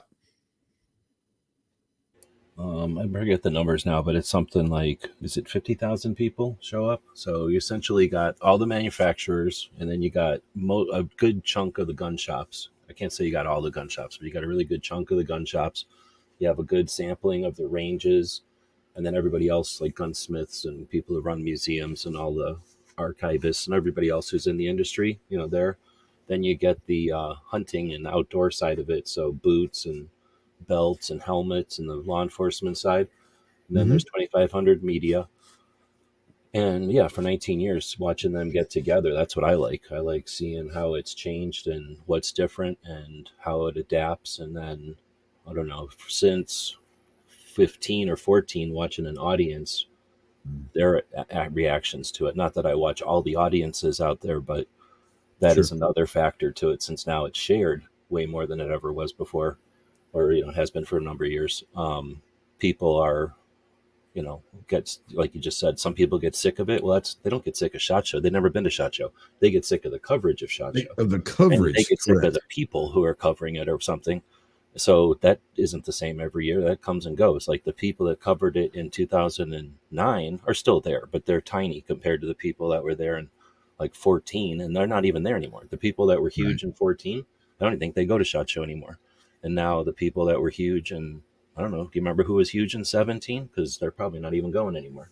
So the what do you call it? Like the perception of SHOT Show is still in flux. So I enjoy that part of it, to see where it's at. And then since maybe 18 or something, I've had a focus on trying to either get more or at least be aware of and focus on the Second Amendment part of it, as opposed to just the gun side of it. Like watch the people who do advocacy and real important stuff there when there's that apathy, when nobody cares about them because they're not necessary and it's not important for them to have messages or something. When we don't need them, that's when it's interesting to see who else there and what kind of reaction they get try to give them as much attention as possible. Yep. And then watching Vegas and watching all y'all, like watching the people who I know, it's awesome. It's neat. Watch people come. Yeah, I tell you, and it's one of those things where every year, for me, I'm not going to speak for anybody else. Real quick, Jacob. Yeah, we're going to bring not for this year because there is no way. Even when I mentioned a couple of months ago, it was too late. I will be allowing someone to go to SHOT with me next year, and yes, I will do an update on that as well before we go. Anyways, take care, Mark. Appreciate you, brother. Good questions. Good chat out there. Good job. Every year I have specific goals of what I'm looking for, or whatever that is, and those are specific to me and my projects and everything that I had to do, that I have planned for that year. I'll tell you one thing that I love, and last year was a perfect example of seeing Chris from the 740. I know we bring him up and we brag on him a lot, but he's earned every bit that we brag on him for. He didn't even really decide to go until like middle of November of last year. We kind of talked him into it, but several of us like basically shamed him into going to SHOT. Not only did he get everything done to get accepted into SHOT, he shows up to SHOT and just absolutely destroys it. Like, just keeps his head down, works his tail off, and just blows SHOT out of the water. And that's the kind of stuff that keeps me going, is knowing that every year there's someone that's going to go, that's going to experience SHOT for the first time. And luckily, Clover has been like the last 4 or 5 years. There's been someone that we know that it's their first time going to SHOT, and some have had great experiences. Some have had less than good experiences. It's what you put into it.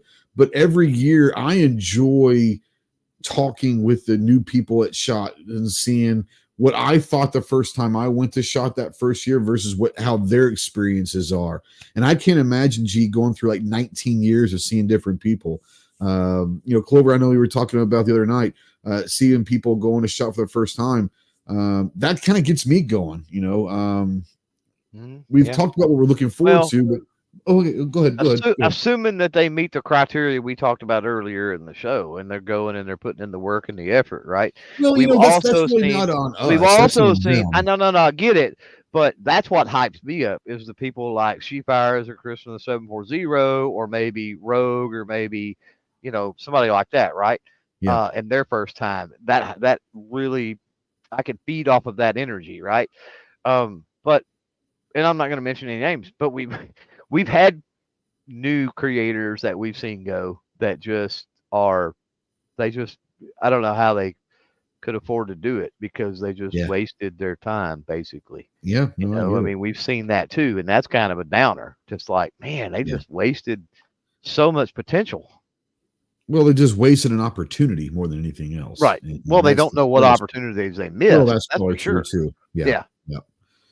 Sykes out there says, not that I've ever been to SHOT Show, but watching the videos from over the years from SHOT, to me, it seems like the show is about who or what is the current cover model for that current year. So to a certain extent, that is it, because this is an industry show. For the most part, this is where a lot of the year's models coming down the line for these companies are released, and they're shown to the buyers and the writers and the media and the law enforcement, anyone else that could be using them. That said, that's what the cameras understand. That's what I'm saying. You're probably watching the wrong channels. I'm not saying in a bad way. A lot of people that go to SHOT are all going to go to the same Ruger, Smith & Wesson, Glock, HK, SIG, blah, blah, blah, blah, blah. And or that new product booth and just all the stuff that's new. Here's all the new stuff. Yeah. Or the 90% of it ain't new. 90% of it is the rest of the stuff. Or it's new and it isn't fancy or hot. Right. And that's the problem, is the vast majority of the media are covering the same shit. So you're watching the same shit.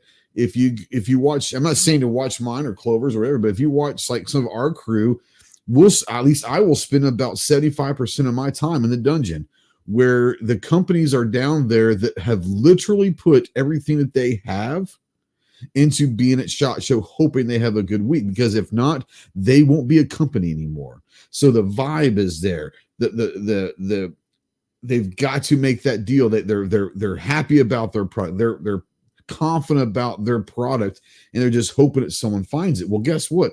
That's where I want to be. I'm not going to SIG. I'm not going to HK. I'm not going to Glock. I'm not doing reviews in those companies. Why?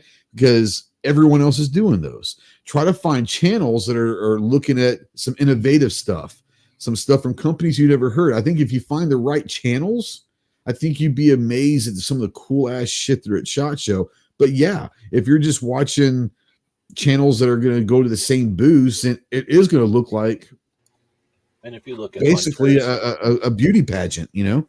You look at hunters, they're going to be worried about bipods and optics and triggers Yep. and stuff. And if you look at cops, they're going to be looking at this and that and the other thing. And if you look at, I don't know, something else, CCW person, they're going to look for this. An instructor might look for something else, right? They're all going to have their what's new, what their focus is. It's a standard recipe for SHOT Show coverage, I think, is that people go and it's the newest, latest, greatest thing, right? Oh, I'm going to go Right. booth review and this, that, and the other.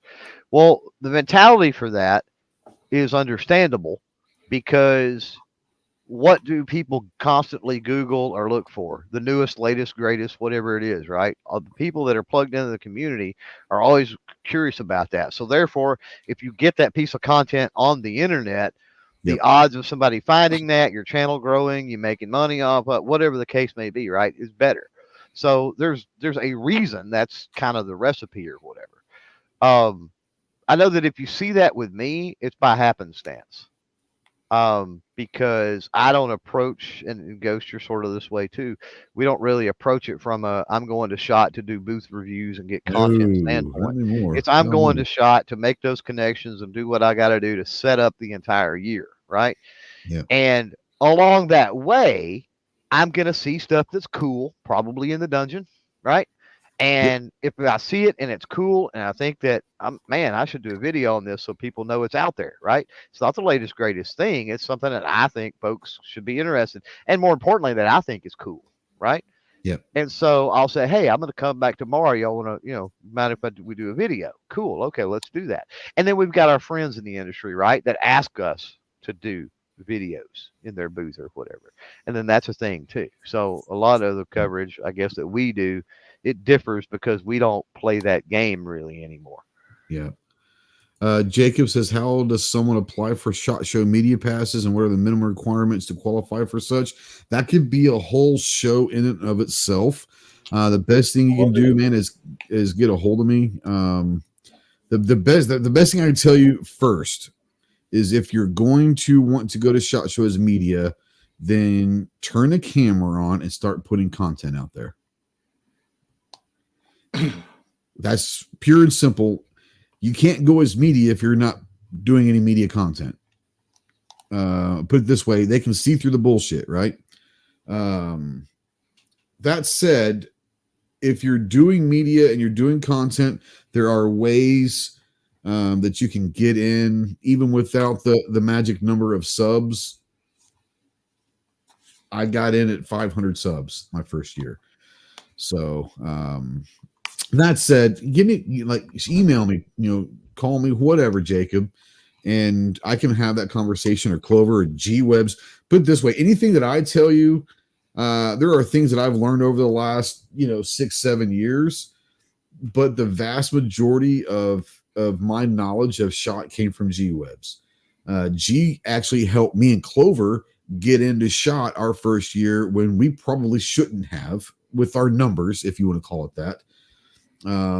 Got us into range day the first year, walked us through a lot of stuff, and range day for sure. But I mean, no, he gave us some secrets on how to get approved when. Yeah, but we played, but we also had some conversations with the folks at NSSF too, and I understand that, but the original thing is there are certain things that we still tell people to do that are kind of not secrets, but just things that most people don't think about. As long as we don't tell people where to park, that's the biggest thing. This is true. Or there's no free parking in Vegas anymore, so there's no free parking in Vegas anymore.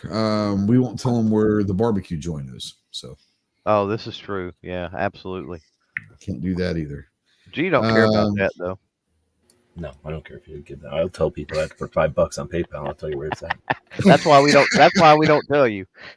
Exactly.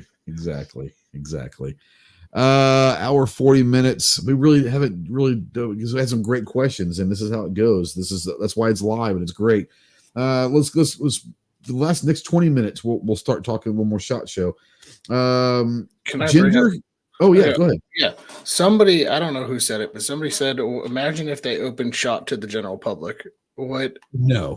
No. And I'm going to say this. Okay. And it has nothing to do with. It's called NRAM. It's called NRAM. But you got what the general public doesn't understand. You guys understand it, but the general public doesn't understand. Is SHOT Show is where companies do 90% of the buying and the business for the year. The amount of people who came up to the booth when I was at Faxon and were a friend of an FFL or a police officer or whoever who wasted hours of bullshit time trying to get stuff for free or doing something or trying to get a discount when they didn't qualify for it. It burnt me out by Thursday. And I just don't think the general public should be there. Go to NRAM, go to any of the other public events. Yeah. SHOT Show is for business, not only for marketing teams, but also for sales guys and things like that. Yeah, it wouldn't work open to the public. It'd be nothing to see for one, because they're not there necessarily. They'll show you stuff when you've got a camera in your hand, but that's a relatively new invention. They used to go there with a clipboard in their hand, and a gun shop would come up and go, what if I buy 12 of these? What if I buy 100 of these? What if I buy 10 of these? And then it's all the distributors figuring out, okay, I'm going to need 1,000 of these. I'm going to need 10,000 of these. It wouldn't work. The industry would shut down, because that's really where there's only 3 or 4 of these industry shows, and this is where most of it happens. So if there was a bunch of people clogging it, it slows the whole industry down, and it makes a 4-day show not long enough. Like you're saying, there's been times where, like you're saying, for police, they used to say the procurement can show up, and maybe high-end operators who actually use the stuff can show up. But then there's been times where other people could show up. They could have like 5 people per department, and they've cut that back to no, and you can have 2 people per department. We have too many cops just walking around bugging everybody or just standing around. Or the same thing with gun shops. Like, you can bring 1 or 2 people, but then it's $250 if you want to bring more people, because we don't want just 7 people running around from a gun shop. And that's happened. You've seen it, I'm sure. People from one gun shop. It's crazy. Well, Jacob brought up a good point. So it's more companies who are, I'm guessing Clover did that. So there's more companies who are trying to bulk purchase, and some franchises or business and media coverage, those companies for advertisements. Yes, it's a business to business. What most people don't understand, and I guess I'll peel back the layers, is a SHOT Show booth. To be at SHOT Show just for that real estate, a 10x10 booth can cost you $30,000. That's before you even put your booth in. And then your cost of your booth. So most companies are lucky if they walk away spending anywhere between $30,000 and $40,000 just on their booth. And then on top of that, you're spending, the flights, the food, the pay for all your staff who are there. If you aren't walking away with making your money back at SHOT, it could make or break you for the rest of the year. Unless you're going to buy group shows, but that's a totally different animal. Well, but there's another similar to the buy group, I guess, thing is the SHOT Show gives dealers an opportunity as well to go look at things and have conversations with the manufacturers, with the companies on the products that they're going to sell for that year. So, small FFLs may not be able, they're going to have to go through a distributor, right?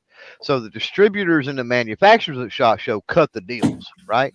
But then the FFL is able to talk with the manufacturers at SHOT Show and decide what they want to call their distributors in order to sell in the shop. And then get their hands on those products and actually be able to do all that. They would go to range day in the afternoon. They get to shoot those products so they can figure out what they want to order. To better sell, right? It's business, still business. Absolutely. But it's a different angle. Yeah. I will say this, Clover. I think with the current way things are set up, with more people going direct, the smaller FFLs have more chance of doing business now than they've had in the past, and they're getting better deals if they're not going through their distributor. If they're not set up on like net 30 terms, or most of the time at SHOT Show we would do 45, 50 points plus net 30 terms, and that's not exact numbers. I'm just throwing that out there. Yeah. But you go net 30 terms, so these guys have 30 days from deliver to pay, and most of these guys would never get credit with anybody else if they didn't go to SHOT Show. Well, and you're also talking about companies that for the longest time didn't have that footprint. They weren't selling directly to dealers. They were going through distributors. Why? Because a distributor is going to write a check for $500,000 for their order, where the dealer might send an order for 2 guns or whatever. But I think that the fact that a lot of these manufacturers and companies are now going dealer direct, I think that is giving these FFLs a fighting chance. Because we all know that if you go distributor only, well, those distributors have their favorite gun shops that they work with. And so the rich keep getting richer, while the smaller FFL or the new FFLs, if you will, that no one knows about are getting whatever's left over. So I do like the fact that there are companies now going dealer direct. I don't think it's going to take over, but I like the fact that there's an opportunity for these FFLs, these dealers, to be able to go directly with the manufacturer or the importer or whatever. So as somebody who is on, the local FFL's paperwork and everything and roster, and a very small FFL at that, I've seen so much like hardship with it. I mean, what John's talking about, you're talking about, but let me talk about another angle that is it's a business angle, but it's in the capacity of us as creators. So by us talking to these companies, right, and making the contacts and the networking that we do as creators, I can't tell you, and that's one of the reasons I'm on the FFL, and that they trust me enough and everything else. Plus, I go up there and work. But either way, is I've been able to help my local FFL. And how? And it's in the sense y'all are talking about. I've had companies that my local FFL wants to get a hold of, 4 or half a dozen something, right, to get in the shop.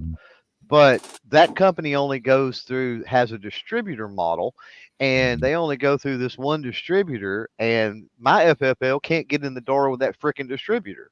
Right. So I make a call to so-and-so media marketing, and I say, hey, just hitting you up. I got a question, man. There ain't nothing about a video or media. My FFL, blah, blah, blah. I explain. He says, what's their email? Right. And the next thing you know, they've cut some kind of deal. I don't know because I don't run the FFL, but there's some kind of deal that's cut. Some strings are pulled, right? And my FFL gets product in. Yeah. So again, this is where I get the business side, but then there's also the networking side, which is beneficial for everybody. Yeah. So Jacob asked, so basically it's more for companies who are trying to bulk purchase for some franchise or business, and media covers those companies for advertisements. So the industry, whether people want to consider the media as part of the industry or not, it's all together. It's all under one big circle, right? So SHOT changes companies. What's that? And it changes. It's not consistent. No. Absolutely. But in general speaking, the companies go to SHOT Shows, spend sometimes over $1 million for a week to publicize what's coming down the road for them, right? The buyers, the distributors, the FFLs, the law enforcement, the military people that are there to buy are there to look at what's coming down the road. Do we want to buy this? We want to buy this. There's meetings all over the place. All this stuff's happening. The media is there. Why? So we can have fun and say we were at SHOT Show? No. Let's understand this. And G can talk to this a little bit more as the evolution of the media, because he was there in the groundbreaking of media at SHOT Show. That said, I'll take my stab at it. I don't know about all that. The media. Well, you were there with digital media. You were. Okay, that'll take credit for it. Yeah. Okay, there you go. All right, my bad. But the media is there, and when I say media, I talk about let's just say the YouTubers, the podcasters, right? Which is kind of what it's evolved into, mostly. We're there, and we're using them. We're using the companies to get content for our channels. Absolutely, let's not lie. It's part of what we're there. But they're also using us for basically, if you want to call it, free advertising, right? We're there. They're letting us get some content. But on the other hand, that content are basically free commercials for them, right?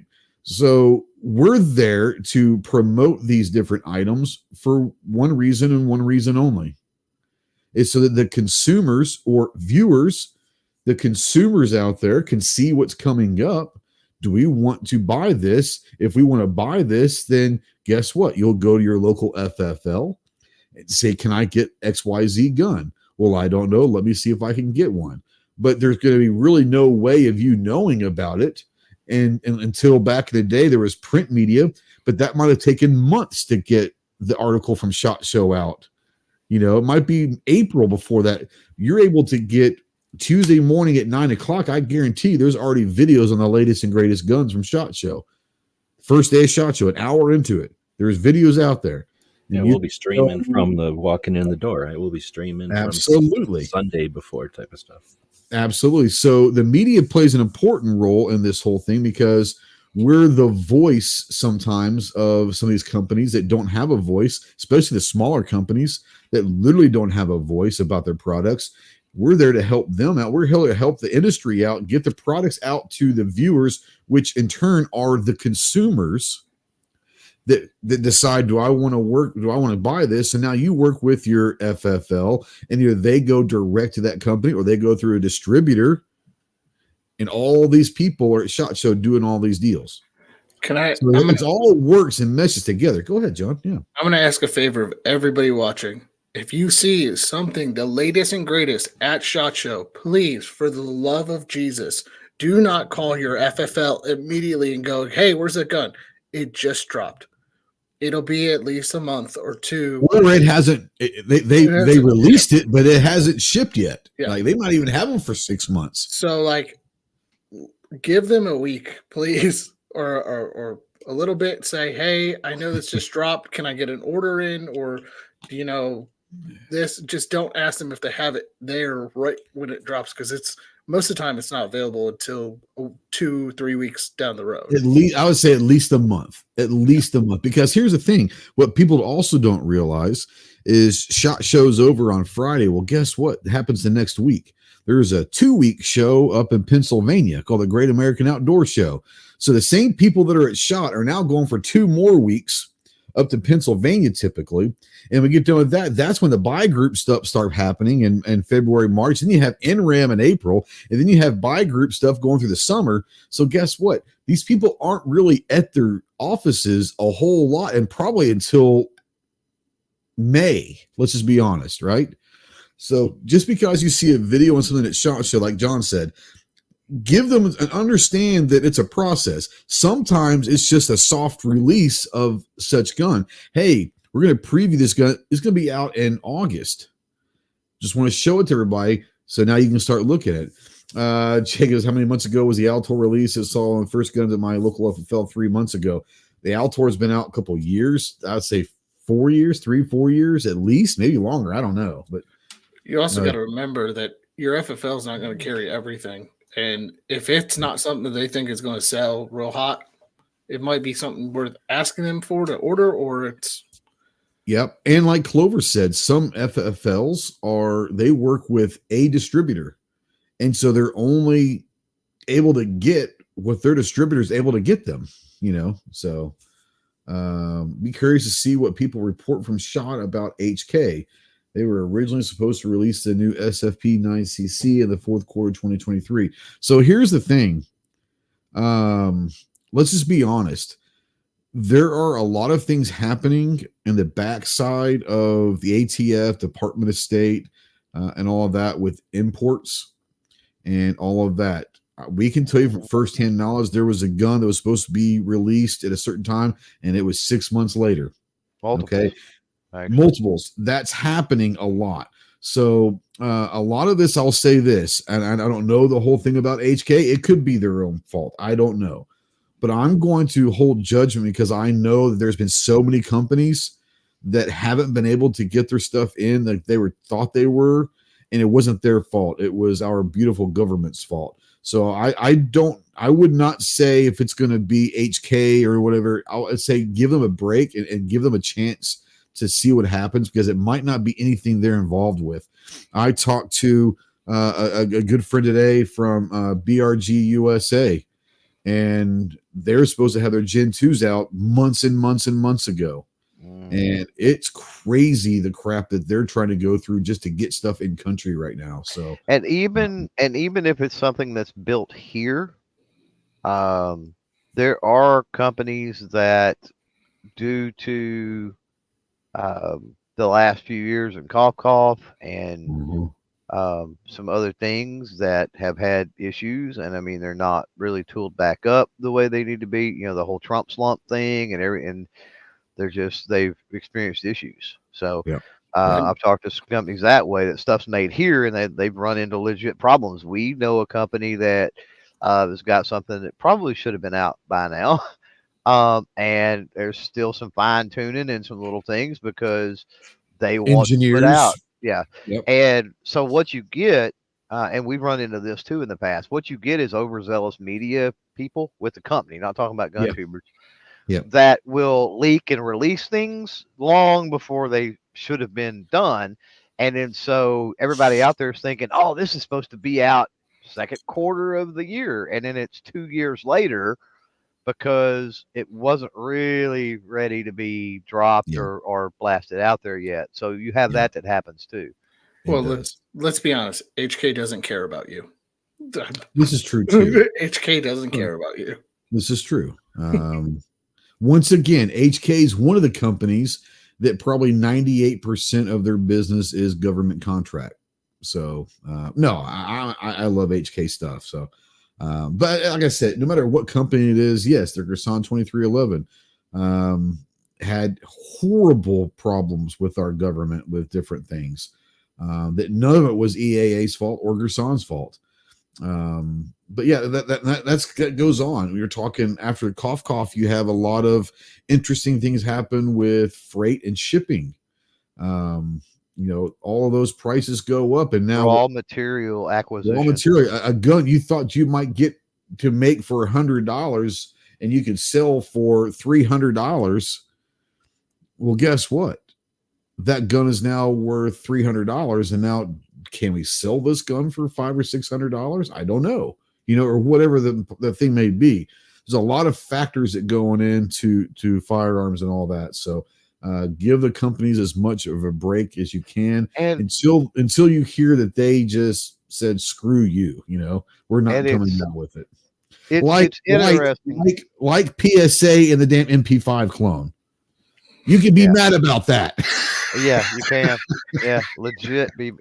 Or the what is it? The S2G 44 or whatever that was supposed to be Hill and Mac, but finally now PSA because Mac just couldn't make it happen. Kept promising and promising and promising. You know, but now I think PSA's aligned with them or some weird something. Wouldn't you know, one of the things, and I get this in comments a lot, and I get it because the vast majority of channels on YouTube know nothing about the industry from which the niche that they operate, right? And this directly relates to SHOT Show, and one of the other reasons that if you're a gun tuber, you need to make SHOT Show, and you need to make shows in general, and you need to make connections and talk with people in the industry, is because that helps you to understand the industry and how the industry works and all that kind of stuff. Correct. Because what I hate is when you get comments and, you know, people they make excuse or they blame this and that, or they talk bad about things that if they were inside the industry, and as a rank and file viewer, they're never going to be inside the industry probably, so they're not going to know. But then they assume just that you're one of the vast majority of YouTubers that don't go to SHOT, that don't key and plug into the industry, right? And so they try to run roughshod over what you know, and that gets frustrating too. So that's one of the reasons to go to. I mean, only you know what you know, but if you don't go to SHOT Show, you're not going to know it. And you don't know what you don't know. This is true. Well, the other thing you guys have to understand is that, companies will have prototypes at SHOT Show. Yep. But it's because at the last minute or in October, somebody was like, we need something for SHOT Show. We need to launch something new. Yep. It's look at the Dan Wesson DWX. Mm-hmm. That came out SHOT Show 2020. It just shipped late last year. Last year, yeah. Yeah. So you guys have to understand, like, most of the time when this new product comes out, or some of the companies, and this is an old school way of doing business in the gun industry, is they will launch something at SHOT Show and go, cool, we got this new product, and see how many people actually want to buy this product. Then they start manufacturing process. Yeah, that's what it's for. Right, to gauge reaction. Absolutely. Should we go ahead and do this? Well, and the thing now is, and I've had this conversation with multiple companies, and I said, you guys have to understand that it's not the way business is done anymore with the Amazon world, this instant gratification. If you come out with something and people think it's hot and you don't have it on store shelves within 2-3 weeks, gone. You're done. Yep. Well, and if you don't, then somebody else is going to clone it, right? Make something similar and drop it there. Yeah, exactly. But there's no crowdfunding, right? Like, you can't go, hey, you know what might be cool is like a lever action 9mm or like that AR lever action or one of those kind of guns. Like, you either invest a bunch of money and make one of them things, right? And hope that people want to buy it, or you go to SHOT, you make you figure out what it might cost to go into production of them, and you go, here's a price point. And if you can't get enough orders for them, now you can go into production. But if you only get like 17 orders, you just cancel the 17 orders, right? Or you let people know, hey, this is going to go into production if we get 1,000 orders or something, right? There you go. And the companies will do that. Say, hey, we're thinking about doing this, but we're not going to do a run if we can't sell 250 of them pre-sold. Yeah. So once we hit 250 pre-sold, boom, they're coming. That might take 6 months. That might take a year to get 250 pre-sold. I know of 2 or 3 companies that are that way. I know of 2 or 3 companies at least that are going into SHOT Show this year that have in between 3 and 5 of their guns, like, period. Like, that's it. Yeah. They're literally taking to SHOT everything they have. Yep. In hopes of, sparking some interest, getting some orders, and then being able to actually crank out, go into production and crank stuff out. So it is a thing. We've been blessed. I remember, was it SHOT Show? Oh, we're incredibly lucky to do what we do. Let's just be honest about it. But I remember SHOT Show 22. I was in a booth in a back room in a meeting, and somebody pulled out a 9mm lever gun. We know who that was. And they were like, this is a prototype, and we're playing with it. I'm like, this is dope. This is cool. And then, what was it? 10 months later, they showed up with it. And you were like, or no, it was a year later. They were like, yeah, here it is. Yep. So, it was at Range Day last year. And, I mean, there's all sorts of things that companies do. I don't think the 9mm was at Range Day, was it? The levered 9mm? I thought it was just a shot. It wasn't at Range Day 22. I think it was Range Day 23. 23, yeah. This past one, yeah. Because I know people that shot it. I think Snobbing them. I think Clover, didn't you shoot I think you shot it, didn't you? They didn't have the lever action. Maybe I'm thinking of a different one. I don't remember what company it was. That like you're talking about the company out of Arizona, right? I don't know if we want to mention names. We can say a POF. Okay. I don't think so, because I'm pretty sure I walked into their booth and they had it on the wall. I'm pretty sure at range day they said it wasn't there. Oh, okay. For some reason, I thought it was there. I didn't shoot it Because anyways. it was a lever action AR, and I think that was at range day. That was the lever action Bond. Hey, Bond arms, yeah. And then there was another thing that was an AR, something like a different kind of AR. But yeah. I thought that the lever action 9 was at range day because I thought like you and Snob were talking about it, like you shot it. So one of them, okay, and I may have them confused. And it may not have been POF. It might have been another one. Between the AR and the well, they're both kind of that way, but between the POF and the Bond arms, one of them was not at range day. I will say that. Yeah. And I don't remember which one, but I do remember one was not at range day because I was disappointed. So I don't think POF does range day. I could be wrong on that. I don't think POF does because I did. No, if they do, I don't remember them being at range day. Are you sure?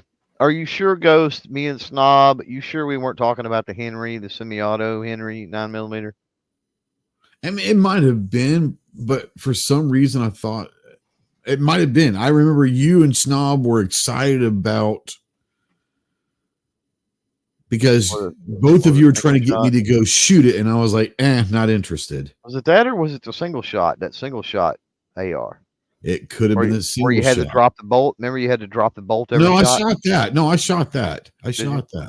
Yeah. I don't remember. I just remember there's something about. I thought it was a 9mm lever action that you and Snell were both trying to get me because you both were like excited about it. But maybe I was thinking of something else. I don't know. Yeah. I don't know. If it was more than yesterday, I don't remember. So yeah, it's all good. A little over 2 hours, we're gonna kind of start cleaning the house. So we got the next couple of weeks. We're gonna start talking shot as well. John, I want to give you a couple minutes. I want to give you a couple minutes for 2A. Talk about GOA stuff, and also if you want to talk about fully loaded reviews as well, go ahead. So GOA side, we're fighting. We just came back from our Christmas break, so we're fighting the stuff in California right now. Really hard with our sister organization, Gun Owners of California. So we're working on that. Should have. I know we talked to the lawyer today. Should have some announcements, and I'm hoping by end of week, beginning of next, we'll have the press release out on the cool thing in August. Nice. So nice. The lawyers are just finishing up their lawyery thing. We launched for fully loaded reviews. We just launched our second video, which is on the Mossberg MC2C. So if you're not subbed, go over to fully loaded reviews. Go check us out. It's Kurt and I doing our thing. Yes, we know the audio is not up to our par, but we're still working on that. So we should have mics here shortly to get that fixed. But the first 6 or 7 videos are going to be like that because we filmed in batches. So, but yeah, there's the link for everybody. Yeah. Sykes wants to know if you've heard anything about ATF starting stuff up with the braces again. They can try. We've got the injunctions. They're trying to fight the injunctions right now. As far as I know, I can't talk about active court cases because I know that's active and they're trying, but they'll try. We'll see. Historically, Tuesday of SHOT Show, we will see a new rule dropped. So we'll be prepared. Well, the way I understand it, and I don't work for GOA because I can say this. John can nod or something, but the way I understand it is that right now everything got shot down because of procedural basically issues. It's not the case was not, we didn't win or get the injunction or whatever based off of a 2A argument, and so that kind of leaves the door open. Well, that's the way I understand it. So nod, John. Is that an accurate assessment of where it stands? I cannot confirm nor deny that. Right. Yeah. So yeah, I know they're gonna try a number of things. We'll see what happens. Somebody mentioned that they'll never give up. We know that. So I know, and somebody just Jacob said, "What's the current saying on bump stocks?" Can't talk about it. We have a case going to the Supreme Court. Supreme Court. We have a case going to the Supreme Court, which is great. So that's all I can really say on it. I can't really deep dive in. So, and Weston, thank you for watching and everything. I'm glad you like it. Wes also loves the old nut and fancy and probably suit stuff too. So, You leave my 20-minute videos alone. Hey, 20 minutes is a lot better than 37. At least he cut them in half. Good Lord. Exactly.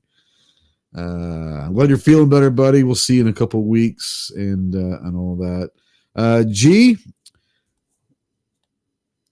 what kind of projects you got going on? Do you have a set project that you're working on for this year at SHOT, or are you gonna kind of get there and see how it flows? That's a good question. I've been in flux with it, so I haven't decided exactly what to do yet. But Okay. I've got a bunch of stuff I normally do, so it'll be something in addition to that, I suppose. Yeah, if you guys this morning, I was in and out. I was at work. I was in and out throughout the day, but you went for a couple 3 hours this morning on your channel about SHOT Show, more for creators. But even if you're not a creator, even if you're thinking about becoming a creator and you're thinking about maybe next year I want to go to SHOT, go check out G Webb's channel. And Tuesday mornings at 10 or 11. He does like a creator thing, and right now obviously he's going over SHOT Show stuff. So a really good one. When I was in there this morning, it was really, really good. So yeah, thanks for coming on, bud. Appreciate it, and I'll see you in a couple weeks as well. Yeah, thanks for the link. Yeah, next week I'm going to bring your questions, so we can cool. ask specific stuff for people. Now, is that 10 o'clock or 11 o'clock Central Time? I don't know. I set it up for 11, I guess, today. So it was 11 o'clock Central today, which would be 10 o'clock your time, correct? Oh, okay. Is that what I said? Can I drop so I must have channel? set it up for 10. Yeah, sure, I can do that. It's gun Probably website. Set it up for 10 and then looked at it at 11 or something. I mixed it up, so I don't really know. I usually I'll put G's. I'll put G's channel up there. It's gun websites, the OG, the original gangsta gun channel, for sure. There you go. Clove, what you got going on? Anything in particular? Nah, I ain't doing nothing, man. All right. I'm done. Yeah, I get it. No more. We're not putting out no more content, so don't bother subscribing. If you want to see content from Clover, go to Amazon. Well, that's true. A little bit anyway. I'm not as proficient at it as G-Webs is, but maybe one day. No, I'll have a video drop tomorrow. I've got 2 more. Absolutely got to get it. If you're a channel member, you can already watch it. Just saying. I just thought about that. Yeah, if you are a channel member, this is correct. Yeah, just starting to kind of work on some SHOT stuff. We drive, so I've got to get some rear brakes, or I don't have to, but just little things that I would feel better if they were done. So got to get some rear brakes on the car. I've got some new windshield wipers. I want to get on the car. I'm kind of worried. It has kind of been a little bit of a wet winter, and I'm kind of wondering how the freezing type weather and stuff like that as we get closer to SHOT with us driving. So I've been watching the weather and future weather reports and things like that, trying to get an idea and a feel. But especially when you go through Amarillo and Flagstaff, I guarantee it's going to be some winter stuff there happening. Yeah.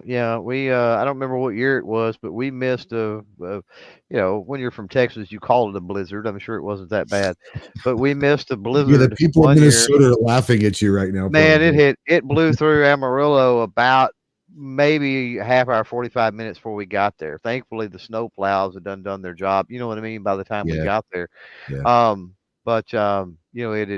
we gauged it just about right and was able to miss it. But things like that do happen. And I mean, you want your vehicle in tip top shape, and then what things do we need to bring, and clothes, and getting all that lined out and figured out, and it's a lot to do. I understand. For us, we're getting ready for SHOT. Starting the old vitamin regimen and all that stuff.